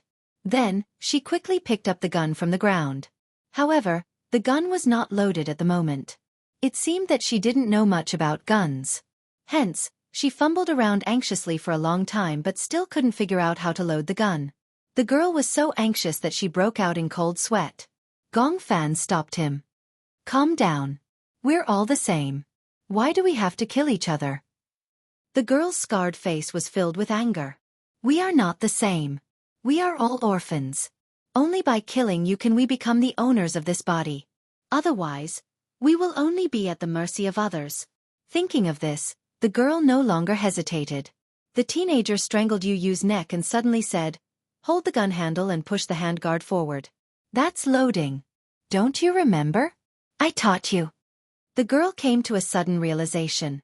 She pulled the shotgun and successfully loaded it. Kill him. The young man's voice sounded like a curse. The girl pointed the gun at Gong Fan. The black muzzle of the gun was emitting a cold aura. Her finger was on the trigger. With a slight pull, the bullet would rush out of the muzzle and mercilessly pierce through his body. Gong Fan was still some distance away from her. Just as the gun was pointed at him, he suddenly retreated. Bang! Gong Fan fell backward to the ground. With a burst of sparks, the bullet hit the leather sofa behind him, creating a hole. Chapter 4383. The girl's attention was immediately diverted by this voice. In his confusion, Yu Yu felt that the youth's strength had loosened a little because he was distracted. From the corner of his eye, he saw the man who had been following them all the way rushing in. He felt a sense of despair. Presumably, this man, this young man, and this girl were the same. They all wanted nothing more than to kill him and Gong Fan. However, just as he thought this, he saw the man rush toward the girl and snatch the gun from her hand at lightning speed. He held both ends of the gun with both hands and used his knee to break the gun into two. The man threw the gun aside, grabbed the girl's collar, and threw her out of the door. Seeing this, the youth's heart ached. He roared and pounced on the man. Yu Yu's brain was in a state of hypoxia. The youth suddenly let go and oxygen rushed into his body, causing a moment of dizziness. He fell to the ground weakly and no longer had the ability to control his body. However, Gong Fan still retained a trace of consciousness. He looked at the man in a daze. He did not deal with them immediately. Instead, he fought with the youth. They fought barehanded and the sound of flesh could be heard. Just by listening to the exaggerated sounds of the punches, one could imagine how painful it would be if those fists landed on one's body. The man and the youth were equally numb. It was obvious that they had no reaction to the pain. However, there was a huge difference in physique after all. The youth was even faster and was at a disadvantage. The man knocked him to the ground with a punch. Moreover, his methods were so sharp that the joints of the youth's arms were dislocated. Ah! The youth's bones were broken and he cried out in pain. He hugged his arms that were hanging weakly by his side and the veins on his forehead were exposed. Why are you helping them? He asked hysterically. Gong Fan was a little stunned. This man wasn't their enemy, but had been silently helping them all this time? Thinking about it carefully, it was indeed not bad. Even though this man was strong, even though this man had been following them from the beginning until now, he had even followed them from corners that they did not notice. However, from the beginning until now, he had not done anything to hurt them. It could be seen that this man's strength was far above the youth's, but he had not hurt them at all. What was going on? Kill them. The young man panted heavily and said to the man, "Otherwise we, including you, will never see the light of day again." This was unfair, wasn't it? We didn't even get a good look at that world? Why did he have to live in such a dark corner? We have the right to exist too, don't we? The man listened, his eyes empty for a second. The young man thought that the man was moved and tried again. Wake up. Even if you help them, they might not be grateful to you. What do you gain from doing this? The man was stunned. While he was distracted, the young man used the last of his strength to pull out a sharp dagger from his waist belt with his dislocated hand and stabbed it into the man's thigh. Hiss! The man let out a muffled groan and his legs twitched involuntarily. Even though the young man's hand was dislocated and he didn't have much strength, the wound wasn't deep, but it was still painful enough. Chapter 43-84. The man got up from the ground. Enduring the pain, he grabbed the dagger in his leg and pulled it out. In an instant, blood gushed out. Gong Fan was dumbfounded. This man seemed to be saving them. Could this be the sanctioner that Alice was talking about? Or could it be the kind and righteous personality in Yu Yu's body? The youth's hands were dislocated. He kept trying to put his arms back together, but he had no strength left. Both of them were covered in cold sweat. The youth also gave up resisting. He fell to the ground and leaned against the wall, his eyes empty. Why? He tilted his head and looked at the man. He was crying and laughing as he muttered, "Why do you want to destroy all my dreams? I just want to live well. Live well. Could it be that this is also wrong?" The man took a deep breath but did not speak. Could it be that he did not know how to speak? Gong Fan was a little suspicious and asked carefully, "Who are you?" Hearing this, the man turned around and looked at him deeply. At that moment, a gentle smile gradually appeared on his cold face. This smile was enough to melt the hardest ice in the world. Gong Fan was stunned. Yu Yu also gradually woke up. The killing in front of him seemed to have come to an end. He opened his mouth and wanted to speak, but the man had already made his move. He walked in front of the girl and gripped her throat tightly with his large palm. The girl slowly woke up from her temporary coma and felt the man's murderous intent. Her hands struggled wildly and her legs kicked wildly. "Don't kill me! I beg you, don't kill me!" A trace of helplessness finally appeared in the man's eyes. "I'm sorry," he said as if he could not hide the guilt in his heart. The strength in his hand kept increasing. Gradually, the girl let out struggling and suffocating sounds. Her eyes suddenly widened. After kicking her legs, they stiffened and stopped moving. When the youth saw this, he was so shocked that he stood rooted to the ground. Yu Yu and Gong Fan looked at each other. They also felt that it was too cruel and could not bear to watch. The man carried the girl up, walked to the windowsill, and gently threw her downstairs. In an instant, the girl's body gradually shattered, turning into millions of tiny stars that gradually dissipated. "No!" The young man crawled up from the ground in a sorry state and rushed to the window. However, he could only watch as the girl's body turned into specks of stars and drifted into the distance with the wind outside the window. The muscles on his face stiffened, and countless howls of grief choked his throat. When he turned his head back, his eyes were scarlet red. "I will kill you!" Even though he no longer had the ability to resist, the pain of losing his best friend made him desperate. He threw himself at the man without a care for his own safety, but the man calmly held onto the hilt of the knife. In an instant, the sharp tip of the knife pierced his chest. The young man didn't even have time to see the man's hand movements before he felt a sharp pain in his heart. He lowered his head in shock, only to see the dagger that had pierced through his chest. His eyelids twitched fiercely as he staggered back and fell to the ground. He could only watch as blood flowed out, but he was powerless to resist death. Chapter 43-85. The man remained silent and only looked at him silently. The young man broke down and shouted, "I just want to live, I just want to live well. Why is it right for all of you to be unscrupulous in order to survive, but I can't do the same if I want to live? This is not fair. This is not fair." As the young man spoke, he suddenly choked and spat out a few mouthfuls of blood. Gong Fan stood up shakily and went to the young man, looking at him pitifully. The young man coughed and cried, "Why can't you let me live? Why can't you tolerate me? Why? Don't I have the right to exist in this world?" After shouting for a while, his eyes suddenly widened and he stopped moving. The man came in front of him, squatted down and sighed. He slowly placed his hand on the young man's eyes and gently smoothed them out. The young man closed his eyes and his body gradually turned transparent. Slowly, he turned into a star and disappeared. Yu Yu didn't know why, but when he saw this scene, he felt sad. The young man gradually disappeared. The dagger fell to the ground with a crisp sound. The man picked up the dagger. Gong Fan couldn't help but be alert. He stood in front of Yu and looked at him warily. You won't do anything to hurt us, right?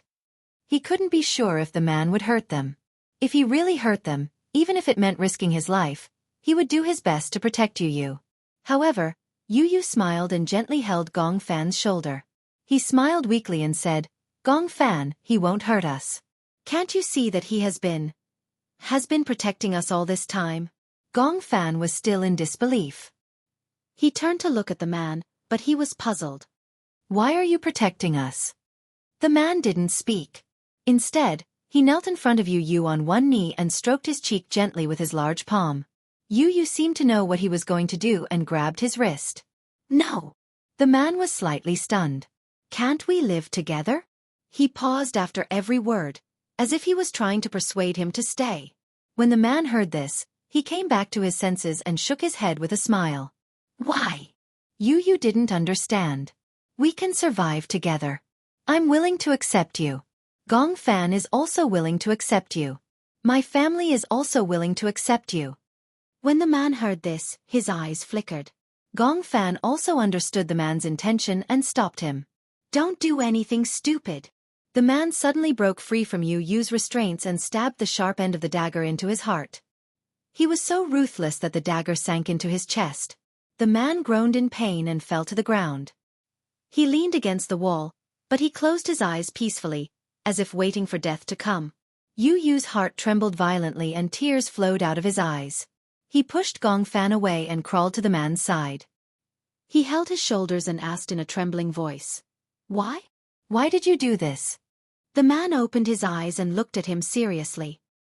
He gently covered the back of his hand with his bloody hand. His thin lips parted slightly and he finally spoke in a hoarse voice. "You are the proof that I'm alive. You are the proof that I'm alive." Chapter 4386. After the man finished speaking, he calmly closed his eyes. His body, like the young man and the girl, gradually turned transparent. Gong Fan knew that this was a sign that he was about to disappear. It was as if the disappearance of all his personalities would turn into stars and eventually drift into the distance. He wanted to reach out and hold the man's hand, but he grabbed nothing. Yu looked at all of this with a numb expression. Suddenly, he understood everything. In ancient times, there was a Mencius who once said, "Man is born good." However, Sun Zi believed that man's life was in heaven. Without heaven and earth, evil is born? Heaven and earth. All things are born in harmony and nurtured in their own way. Once the heavenly duty is established and the heavenly merit is achieved, the form is formed and the spirit is born. Since man was born from heaven, human feelings were also born from heaven's feelings. Human feelings that were born from heaven's feelings were called nature. Therefore, Sun Zi said, nature is born for a reason. Nature is born naturally. Nature is born naturally. Nature is born naturally. Love is the nature of nature. In other words, Sun Zi believed that man was born evil. As he grew older and was educated with morals, he would abandon his initial evil and selfish side. And this girl and young man represented his initial evil intentions. And this man was the reaper formed in his subconscious. He disregarded all dangers and secretly protected him. Moreover, he fought with the young man to the death in order to wipe out the last remaining personality that represented evil in his body. What was left was a kind personality. And the reason why he chose to disappear was because his hands were also stained with blood. He did not want to stay and tarnish Yu's soul. He chose to disappear with all the evil, leaving behind the purest land. Yu watched helplessly as the man turned into specks of light, and drifted out of the window with the wind blowing in from the window. He was right. Yu thought that the fact that he was alive and well was proof of his existence. Everything had come to an end.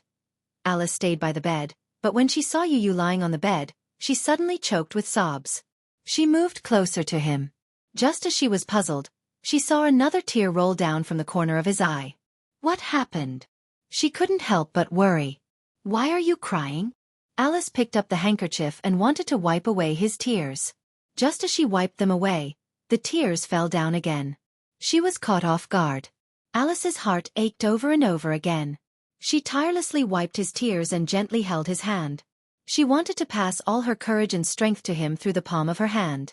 What happened? Romanka was not as attentive as her.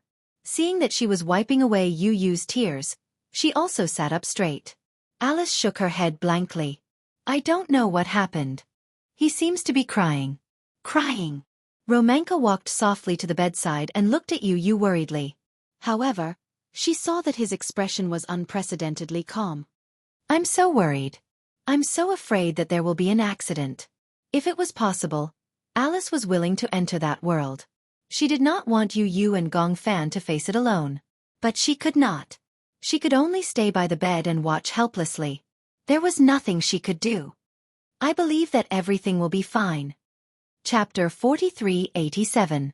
The world gradually calmed down.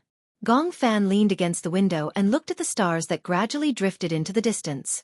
Then he could no longer see them, but his heart was unprecedentedly calm. Everything is over. Then, Gong Fan turned his head and was puzzled. What about us? What should we do? Help me. Yu Yu stretched out his hand. Gong Fan smiled and reached out his hand. The two of them held each other's hands tightly. He pulled him up. Yu Yu's legs went soft and he almost fell again. Gong Fan immediately supported him steadily. Be careful. Yu Yu finally steadied himself. He looked up and met his eyes. Gong Fan also looked at him calmly. Are you afraid? What are you afraid of? Gong Fan smiled and did not think much of it. What's there to be afraid of when I'm with you? Gong Fan, come with me. Yu Yu opened his arms and smiled gently. Become one with me. We'll never be separated again. Gong Fan suddenly felt a lump in his throat. Yu Yu. How does it feel to become one with you? Gong Fan laughed. Will I be able to see Mommy again? I don't know either. Yu Yu pursed his lips and said, Alice told me that the goal this time is to find you, get rid of all the negative personalities, and become one with you. This way, we won't be separated for the rest of our lives. We'll be together forever. Really? Are you willing? Gong Fan nodded solemnly. I'm willing. He also opened his arms and hugged Yu Yu tightly. The two little guys hugged each other tightly. Yu Yu closed his eyes quietly and said softly, Gong Fan, let's go home together. I miss Mommy, and I miss Daddy. Gong Fan sniffed and smiled. He hugged Yu Yu even tighter. Let's go home together. The two children hugged each other tightly. Gradually, their bodies became transparent. Yu Yu was surprised to find that Gong Fan's body was emitting spots of light. It was as if he was surrounded by the Milky Way. Could it be that he was going to disappear? Impossible. Gong Fan was not dead. It was impossible for him to disappear. Yu Yu hugged him even tighter. Gradually, Gong Fan's body became even more transparent. He slowly merged into Yu Yu's body.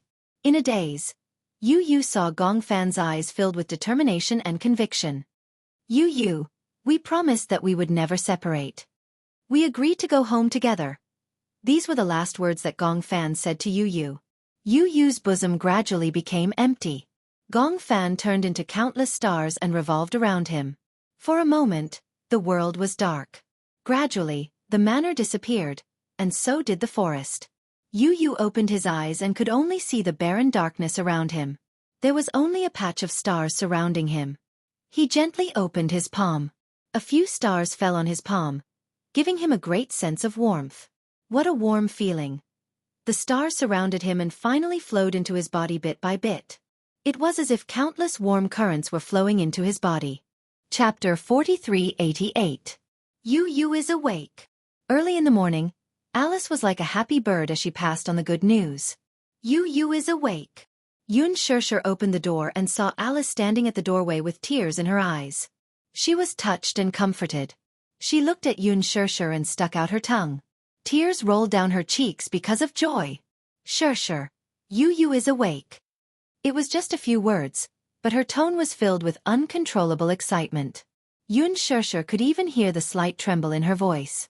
What do you mean by awake? Through the brain imaging, we found that his two personalities have merged together. All the memories of Gong Fan and Yu Yu have been preserved and merged together. In other words, the two personalities of Yu Yu and Gong Fan have merged together perfectly. As Alice spoke, she finally relaxed her brows. Yu Yu has returned to the way he was in the past. Sure, I can finally breathe a sigh of relief. Because of the matter between Yu Yu and Gong Fan, she did not dare to face Yun Shursher and felt very guilty. After all, she could not erase her responsibility for causing the child to become like this. However, now that Yu Yu and Gong Fan had merged together and returned to the past, this was an outcome that everyone was happy to see. The old Yu Yu has returned. Yun Shursher, who had been in a daze for a long time, finally woke up because of this sentence. Where is he now? He is still in the hospital bed in the laboratory. As he has just finished the brain imaging, he is a little sleepy. I asked him to eat something before resting. Yun Shursher could not hide her excitement. Can I go and see him now? Of course. As soon as she finished speaking, Alice saw Yun Shursher running towards the dining room. Yu Yu! Yu Yu! His heart was filled with these two burning words. Yu Yu had finally returned to the past, while Gong Fan remained in his body forever. She had not lost a single one. Yun Shursher was crying tears of joy as she ran. After being in fear for so long, she was even prepared to lose Gong Fan. She flew all the way here in fear. She was worried that this would be the last time she would see Gong Fan. Unexpectedly, Yu Yu and Gong Fan were safe and sound. At this moment, the excitement in her heart was indescribable. Yun Shursher ran without a care for her own safety. She ran through the long corridor and rushed into the laboratory. When she reached the door, her footsteps slowed down. Strangely, after running for so long and so fast, he didn't feel tired at all. Yun Shursher stood at the door and looked at Yu Yu, who was lying on the bed, looking weak but calmly eating porridge. Her tears fell uncontrollably again. This was the joy of regaining what he had lost, as well as guilt, joy, and all sorts of other complex emotions. Her lips trembled. She resisted the urge to cry and walked to Yu Yu's bedside. Yu Yu's hand that was eating porridge paused. He looked up and saw that it was Yun Shursher. At first, he was shocked. Then, he revealed that unfamiliar long-lost, but incomparably familiar doting smile. Good morning, Mommy. It was a simple greeting, but it was warm. Although Yu Yu and Gong Fan had always been around, ever since the two personalities separated, Yu Yu was no longer the original him. The Yu Yu of the past had a warm smile that was full of doting. Chapter 4389. In this smile, Yun Shursher vaguely saw Yu Yu and Gong Fan again. They had returned to the past. Yun Shursher covered her mouth and cried tears of joy. Boo-hoo! She let out a whimper. Seeing her like this, Yu Yu held his forehead helplessly. Mommy, why are you crying? Aren't I fine? Even though he said that, his eyes had unknowingly turned completely red. His lips were trembling badly as if he was trying his best to hold something back. Yu Yu tried his best to smile, but when the corners of his lips curled up, it looked like he was crying. Yun Shursher couldn't hold it in anymore. She pounced on the bed and hugged him tightly. Yu Yu, Mommy missed you so much. Mommy missed you so much. She thought that she would never see Gong Fan again. She didn't expect. At that moment, there were too many emotions in her heart. Yu Yu hugged her too, and gently stroked the back of her head. Even though he was still a teenager, his actions exuded a mature aura. Okay, don't cry, okay? Mommy, I'm sorry to have made you worry. Yu Yu gently patted her face. Then, he gently held her face. Looking at the stream of tears on her face, his heart ached. He lowered his eyelashes, leaned closer to her, and gently kissed away the tears on her face. The intimacy between a mother and son was natural. No one could surpass the bond between her and Yu Yu. This had nothing to do with favoritism. During her most difficult time, she and Yu Yu depended on each other. The two of them were each other's strongest support and reliance. This bond was something that even Gong Jie couldn't surpass. The others also arrived one after another. Mu Yaja and Xiao Yichen were the first to arrive, followed by Gong Jie and Hua Jin. When Xiao Yichen saw Yun Shursher and Yu Yu hugging each other tightly, he was deeply touched. It wasn't envy or jealousy, but an inexplicable sadness in his heart. If he really wanted to say that he was envious, he was probably envious of this bond. Xiao Yichen was also affected by their emotions. His eyes reddened as he held Mu Yaja's hand tightly. Mu Yaja sensed the change in his emotions. He lowered his head and glanced at him, only to see him staring in the direction of Yun Shursher and Xiao Yichen. The man smiled and put his arm around Xianxia's shoulders, patting him gently. "Aren't you going to hug mommy and brother?" His reminder also seemed like encouragement. Originally, Xianxia felt extremely guilty because he had doubted Yu and Gongfan previously. Now, he looked at them and felt touched, but he didn't dare to go forward for fear of being ostracized by Yu. Wuxia obviously knew what he was thinking. When they were at the hospital, Xianxia thought that Gongfan had stabbed his mommy. He was extremely agitated and even said a lot of outrageous things. He was extremely upset. He shouldn't have doubted his brother. Because of this, he felt very regretful and didn't dare to take that step no matter what. After Wuxia's encouragement, he finally mustered up his courage. He clenched his fists and walked to Yu's bed. "Yu," he called his name in a deep voice. Yu heard his voice and turned around. When he saw that it was Xianxia, he couldn't help but smile. "Brother," her soft brother, made little Chen feel as if a knife was being twisted in his heart. Chapter 4390. Amused, Yu tugged at his hand. Of all people, this was a sore spot. "No way. Are you crying?" "No." Xianxia stubbornly denied it, but everyone could hear the hoarseness in his voice as he choked on his sobs. In front of Yu, as an older brother, he still had some dignity and did not cry easily.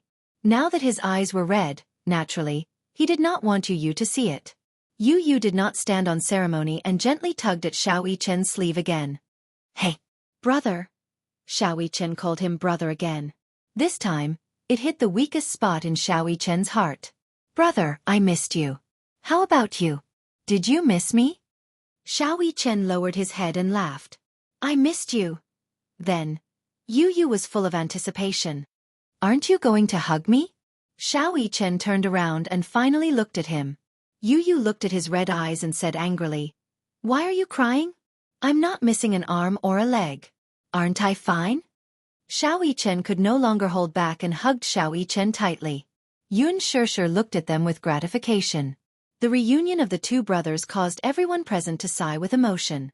Gongjie, too, was deeply affected by this. Feeling touched, he stepped forward and was about to reach out to hug the two brothers when Yu raised his head, only to be met with a familiar cold face. "Go away." Gongjie's touched expression froze. The touched feeling in his heart was immediately replaced by embarrassment. Gongjie was furious. He had been so touched by the touching brotherly love just now. In the end, with just one sentence from Yu, he was struck by lightning. "Hey!" Gongjie's face was full of resentment. "Can't I hug you even if I want to?" He even said that he was touched. What a heartless guy. "No, go away." Gongjie became even more suspicious. "When did uncle offend you? Do you have to target me like this?" "Puchi." "Xiaojie, did you do something to offend Yu or Gongfan? Otherwise, why would he be so against you?" Hearing Xianxia's question, Gongjie really thought about it carefully, but he couldn't figure out how he had offended this little nephew. He shook his head blankly. Hua Jin said, "Looks like you must have offended Yu by accident. Otherwise, why would she target you and no one else?" Gongjie said angrily, "You heartless bastard. Why don't you think about it? Uncle has worked so hard to support your little lover." Little lover. Everyone turned pale with fright. These words were undoubtedly like a stone that caused 1,000 ripples. Alice had just arrived with Natalia. Hearing that, she was caught unprepared and burst into laughter. "Ha!" Yu's face instantly turned red when he heard this. "What are you talking about?" Xianxia's interest was piqued. "Little lover? What little lover?" Gongjie obviously didn't know that Alice had arrived with Natalia. He said in all seriousness, "Sis, you don't know. Back then, it was this good son of yours who cried and begged me to adopt Natalia. Even a ghost could tell that this guy was up to no good." Xianxia heard this and opened her mouth in surprise. "No way. Yu is still so young. How can he know all this? How can he have his first awakening of love so early? Children these days are all mature early."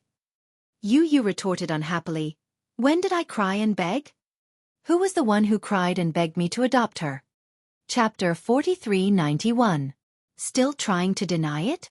Gongjie snorted coldly. Uncle worked so hard to raise your childhood sweetheart, but you don't appreciate it at all.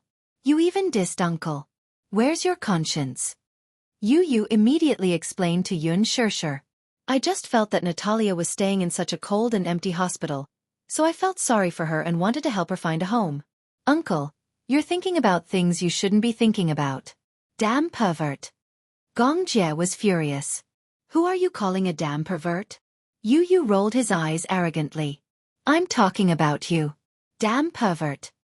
You, Gong Jie pushed Xianxia and Xianxia away and rolled up his sleeves. Fine, fine. Yu, we're not done. With that said, Gong Jie angrily reached out to pull Yu's face. Yu's face was very delicate and couldn't withstand his pulling. His face was twisted out of shape by the pulling. Xianxia held back his laughter and pretended to persuade Yu. Uncle, don't bully Yu. Be careful not to damage his face. I'll take responsibility if it damages his face. Yu didn't cry out in pain. He stretched out his hand and wanted to pull Gong Jie's face back. However, Gong Jie's hand was much longer than his. It was easy for him to pull Yu's face, but Yu couldn't grab his face. Yu was flustered and exasperated. Gong Jie. The little guy was so angry that he called out his name. One could imagine how angry he was. Gong Jie was even more amused. He didn't intend to let go. Who told you to call me a damn pervert? I'll give you a chance. Call me uncle and I'll let you go. In your dreams. Humph, then I won't hold back. With that said, Gong Jie exerted more force. Ha ha ha. Everyone was tickled by this. Even Natalia couldn't help but laugh at this scene. Yu had sharp ears and immediately heard her laugh. She turned to look at her and was caught off guard when she saw that she had also come. Let go. He glared fiercely at Gong Jie, as if warning him. Gong Jie also heard that Natalia was coming, and immediately sent her away. The uncle and nephew looked at the main character awkwardly. All right, stop messing around. Xianxia advised from the side and clapped her hands. Today is a day worth celebrating. Why don't we think of a way to celebrate?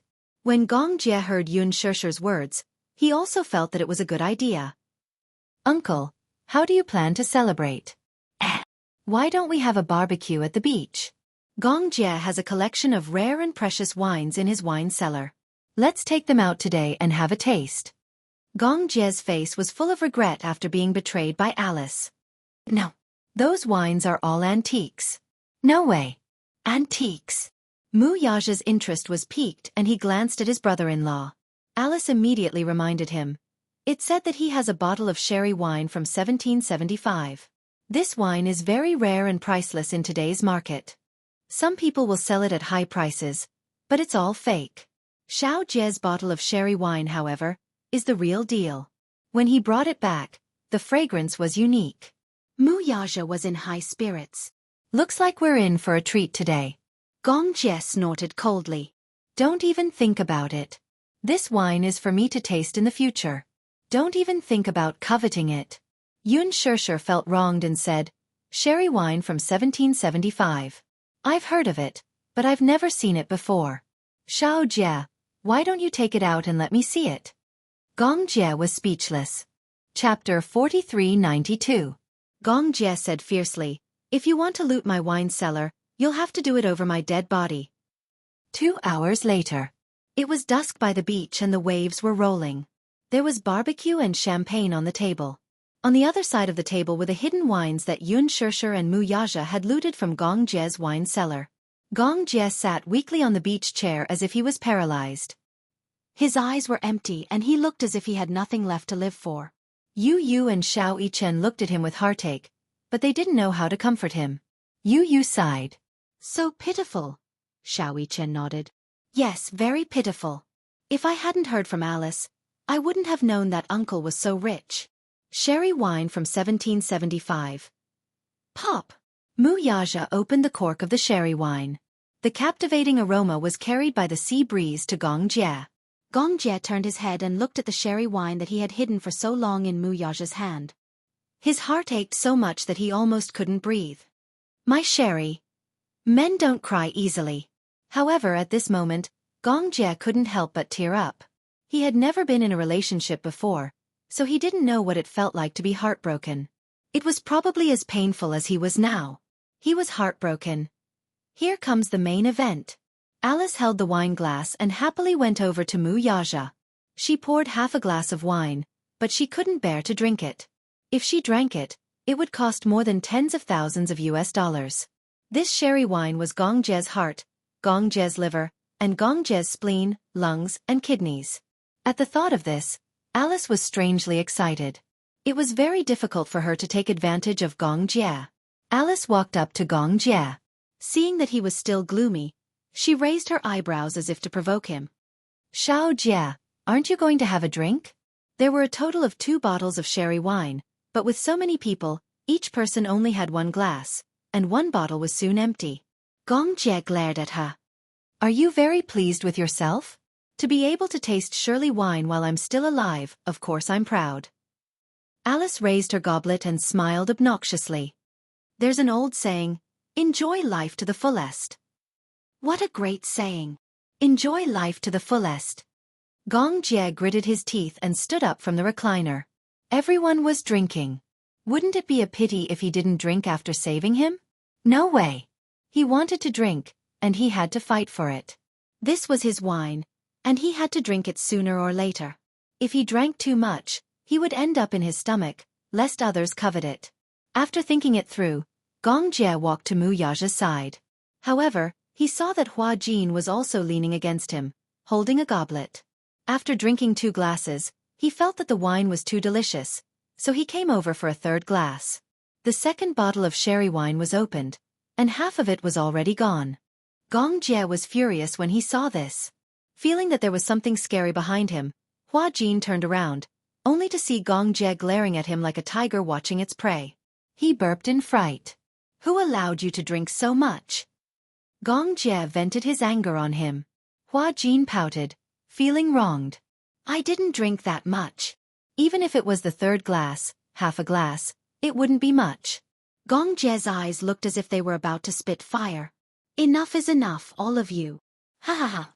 Xianxia looked at Gong Jie's distressed expression and for some reason, she was amused. Chapter 4393. Gong Jie got even angrier. "Is it that funny? Xiao Jie, is this wine your lifeline?" Xianxia asked with a pout. Gong Jie said matter-of-factly, "Of course. This wine is my lifeline." "So you're saying that this wine is more important than me?" Xianxia was so cunning that she had completely forgotten about him. Gong Jie disagreed. "How is that possible? Of course you're more important. Then I want you to share this wine with everyone. You've already drunk it, yet you're still pulling a long face. If you don't drink to your heart's content, won't it lose its value?" Gong Jie was speechless. She made so much sense that he couldn't refute her. "That's enough." Xianxia walked over and patted his shoulder gently. She handed him the wine glass. "Drink. It's rare that we're so happy today. It's a day worth celebrating. Don't look so sad, okay?" For Xianxia's sake, Gong Jie's anger dissipated quickly. He took the wine glass silently and took a sip. Hua Jin, who was beside him, immediately moved away from him, trembling in fear. No matter what, he had to stay away from this demon king. "Mommy, I want to drink too." Xianxia suddenly ran over. He held the wine glass and stared at the Shirley wine.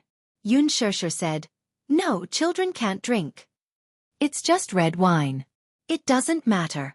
Besides, every bottle of Shirley wine I drink is 1 less bottle. When I grow up, I won't even have the chance to drink it." That was heart-wrenching. This sentence undoubtedly dealt another heavy blow to Gong Jie. That's right. The more he drank, the less he would drink because it was limited.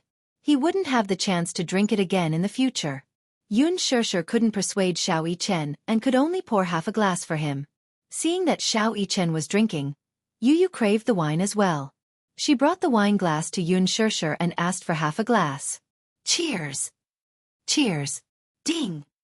Ding sounds were heard. Several people raised their goblets and toasted. Xianxia walked up to Gong Jie and winked mischievously. "Come, Xiao Jie. Cheers." For some reason, when he saw Xianxia's gentle smile, the haze in his heart was instantly swept away. He gladly raised his goblet and clinked it with hers. Cheers. I'll do it. You can do whatever you want. Xianxia seemed to be in high spirits, so she drank all the wine in the cup in one go. With a smile on his lips, Gong Jie downed the wine in his glass in one gulp. One must enjoy life to the fullest. Cherishing every day, cherishing every moment, this was the profound meaning of happiness. Gong Jie raised his wine glass and looked at the moon in the sky through the transparent crystal glass. His eyes narrowed slightly, and his gaze became blurry. It was as if his soul had been drawn away. The sea breeze blew gently, making one feel comfortable. Xianxia was soon half drunk.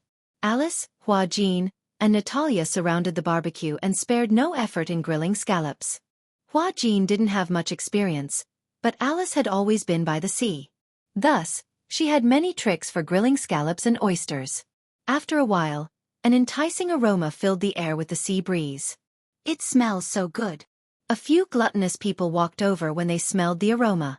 Alice placed the grilled scallops and oysters on a plate and sprinkled some seasoning. It was comparable to a barbecue feast at a 5-star restaurant. Those who don't know better would think that you're a 5-star chef, Hua Jin said quietly. Chapter 4394. When Alice heard this, she did not think much of it. Why? The chefs on the island roast better than me. I learned it secretly. The seaside is so nice. Hua Jin sighed from the bottom of his heart. Alice was a little surprised when she heard this. Why do you suddenly have such a sigh? Because the seaside is so beautiful. Don't you think so? During the day, you can swim and dive in the sea. At night, you can sit quietly by the sea, enjoy the sea breeze and eat seafood. It's the most comfortable feeling in life. Shallow. Alice gave a pertinent evaluation. Why do you say that? Living by the sea actually has many advantages. For example, the sea view is very beautiful. There is very little noise by the sea. You can swim every day. There are many minerals in the sea that can improve your skin and improve your physical fitness. The air is also very fresh. However, the sea breeze always carries a fishy smell. In addition, there are many problems with humidity by the sea. For example, clothes are always easy to get wet. The railings of the doors and windows are easy to corrode.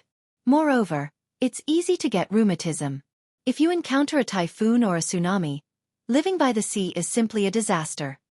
Hua Jin was slightly stunned. He seemed to have really not thought of these problems. So, there are many sides to every problem. Life is never perfect. It is always accompanied by all kinds of regrets. Yes. However, there are happiness and regrets. This is life. Perfect. Don't you feel that it's boring? Alice raised her wine glass and gently swirled the wine in the glass with a deep smile. Life is to experience all kinds of ups and downs. This is the greatest meaning of life. However, this is what I think. Everyone's values are different. Perhaps others will not agree. I think I will agree with your view. Hua Jin pursed his lips and smiled. There is absolutely no perfection in life. There is no doubt about this. If a person's life is too smooth, that would be unbelievable.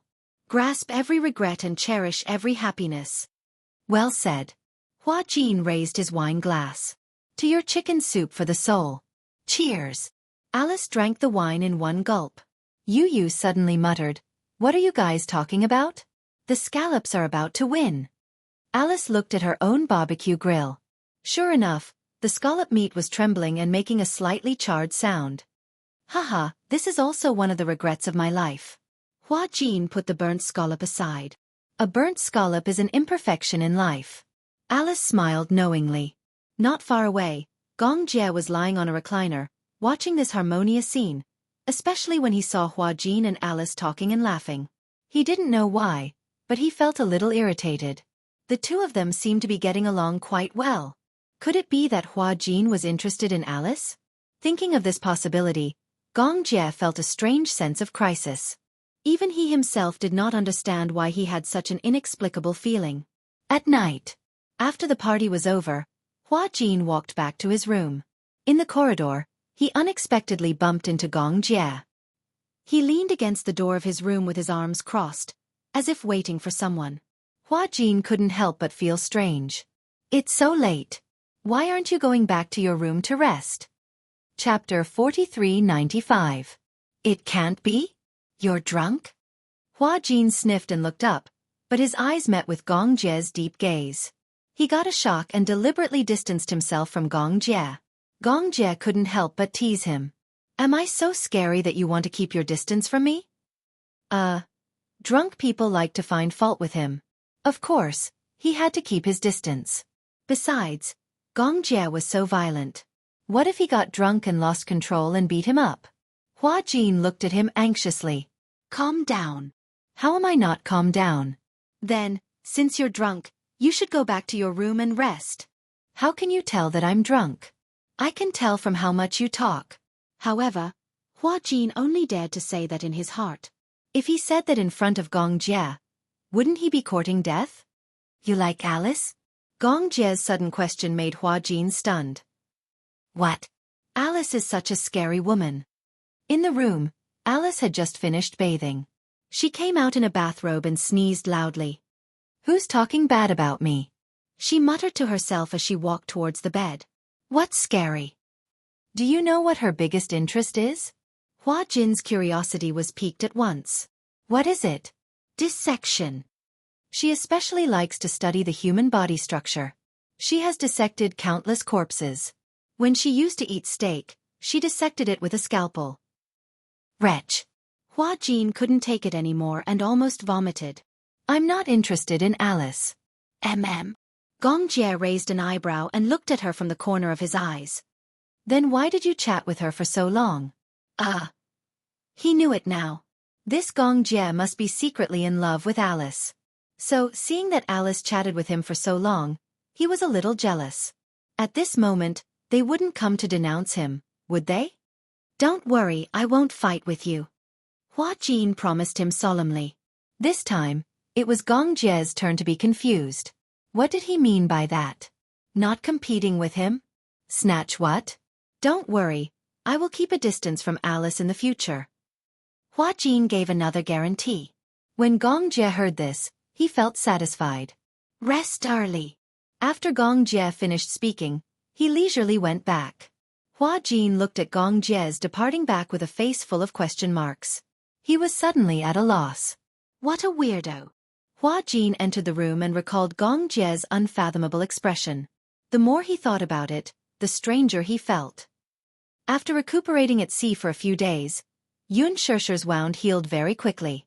She told Mu Yaja that she wanted to stay on the island for a few more days. Coincidentally, Yu and Xiao Yichen also wanted to stay on the island for a few more days.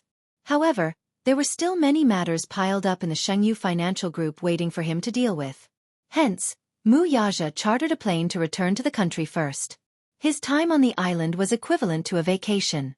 Xianxia knew that Gong Xiaoying was also on this island.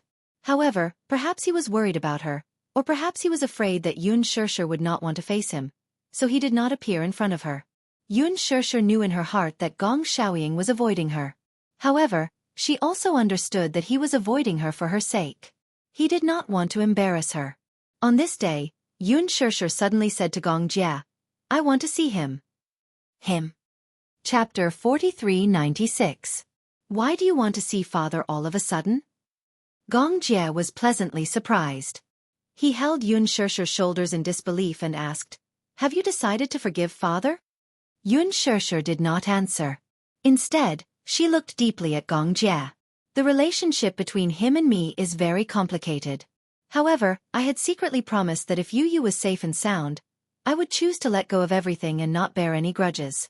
Now that Yu is really safe and sound, perhaps even God is guiding me to forgive him. Gong Jie was comforted and asked, Don't you hate him anymore? Of course I do. How can I not hate him? As Xianxia spoke, she sighed and turned to look at the boundless sea. She smiled and said, I admit that I was too vicious in the past. At that time, I blamed all my misfortunes on him. Actually, she understood. All the fortune and misfortune in her life had been caused by that man. It was because of him that she had become an orphan. However, it was also because of him that she had become entangled with the Mu family. Everything that had happened after that, including the entanglement between her and Mu Yaja, was also because of him. However, all the misfortunes had made her hate him. However, She had not been grateful to him for all the good things that had happened. She wanted to punish him with such unfairness. However, in reality, they were the ones to be punished in the end. There was no winner or loser between the two of them. She had decided to let go of all her grudges. It could be considered as doing it for her family. It was not good to be too vicious in her body and in her heart. Wuxia was also aware of her decision. She had already told him in advance and asked for his opinion. What opinion could Wuxia have? After all, Gong Xiaoying was her father, her biological father. Blood was thicker than water. There were some things that could not be severed in this lifetime.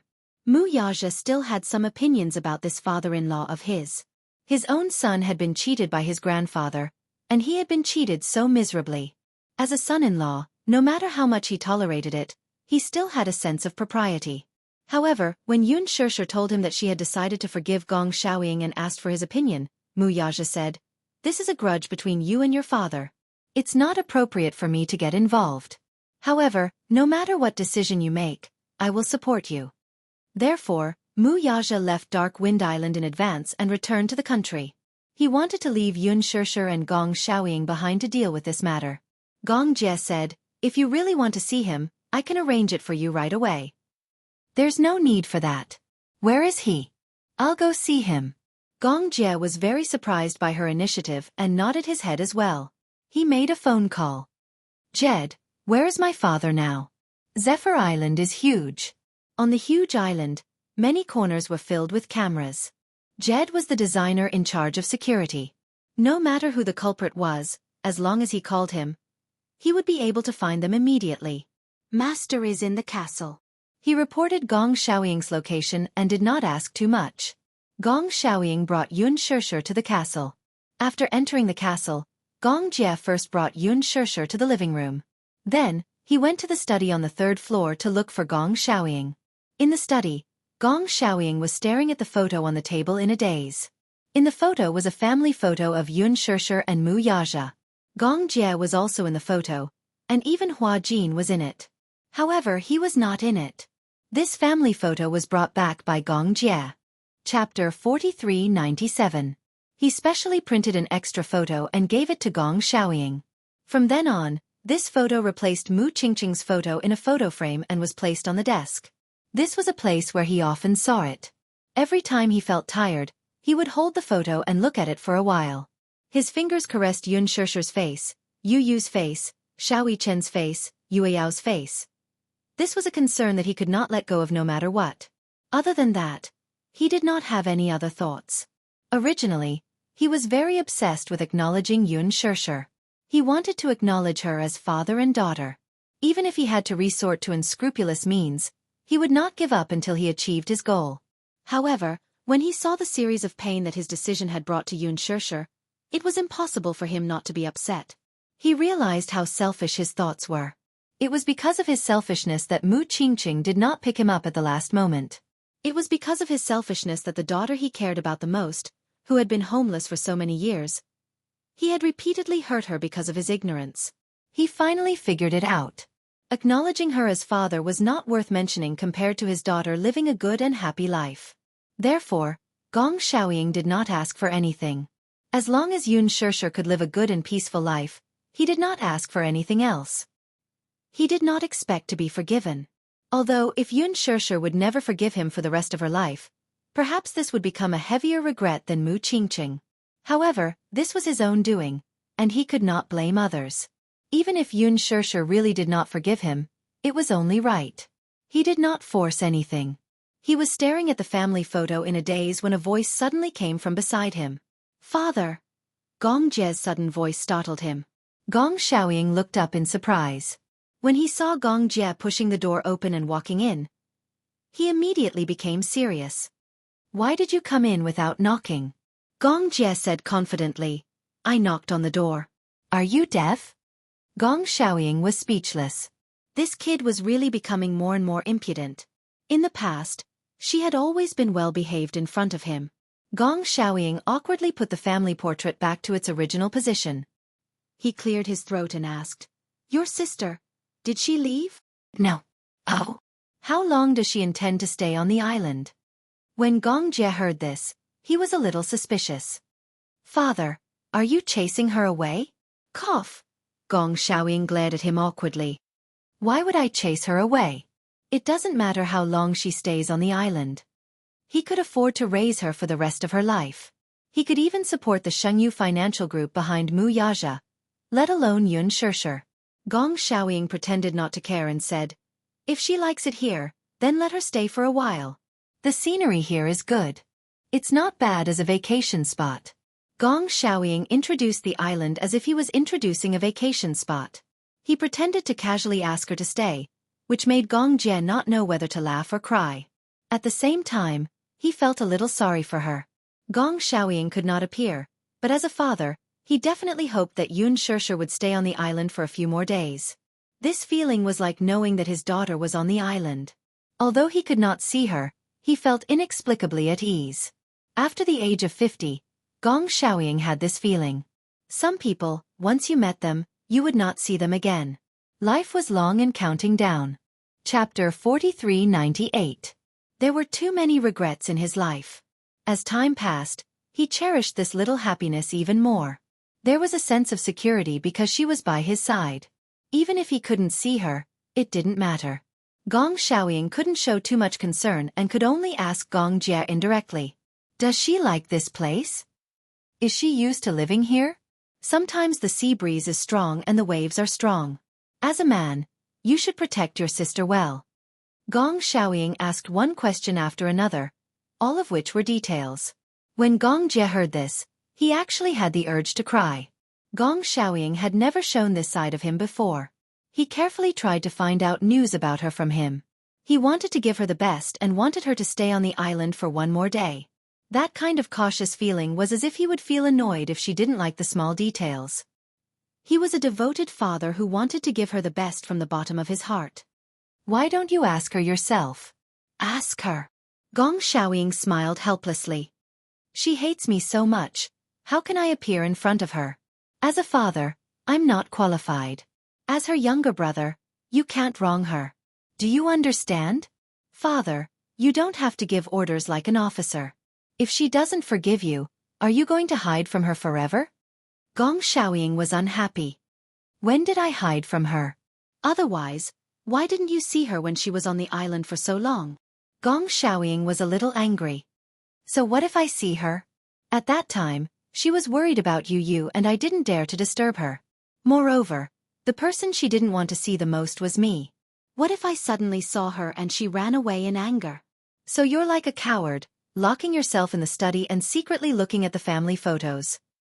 Gong Jie's words were not pleasant to the ears. Gong Xiaoying was unhappy because of this. Your tone today is very problematic. What do you want to do? Provoke me? I'm just here to tell you. Gong Jie bent down and stared into his eyes. If she wants to see you, will you see her? Gong Xiaoying was stunned when he heard this. She wants to see me? Yes. When Gong Xiaoying heard this, he immediately disagreed. How is that possible? Who are you trying to fool by saying this? Why would she want to see me? What good would it do me to lie to you? Gong Jie shrugged innocently. Besides, she's downstairs. You'll know whether I'm lying to you or not. Or are you afraid to go? Gong Xiaoying was stunned. He asked in a roundabout way, why does she want to see me? You have to ask yourself this question. It's not good for me to interfere in the matters between you and your father. After Gong Jie finished speaking, he raised his wrist and looked at his watch. She said she's willing to wait for you for 30 minutes. If you don't want to see her, she won't wait. Father, it's up to you. After saying this, Gong Jie walked away leisurely. Gong Xiaoying glared at his back view and said angrily, this little rascal. He has no respect for his elders. Following this, Gong Xiaoying actually didn't have the confidence to tell her that Yun Shirshir wanted to see him. He didn't know why she wanted to see him. Could it be that he had been discovered secretly watching her through the surveillance camera?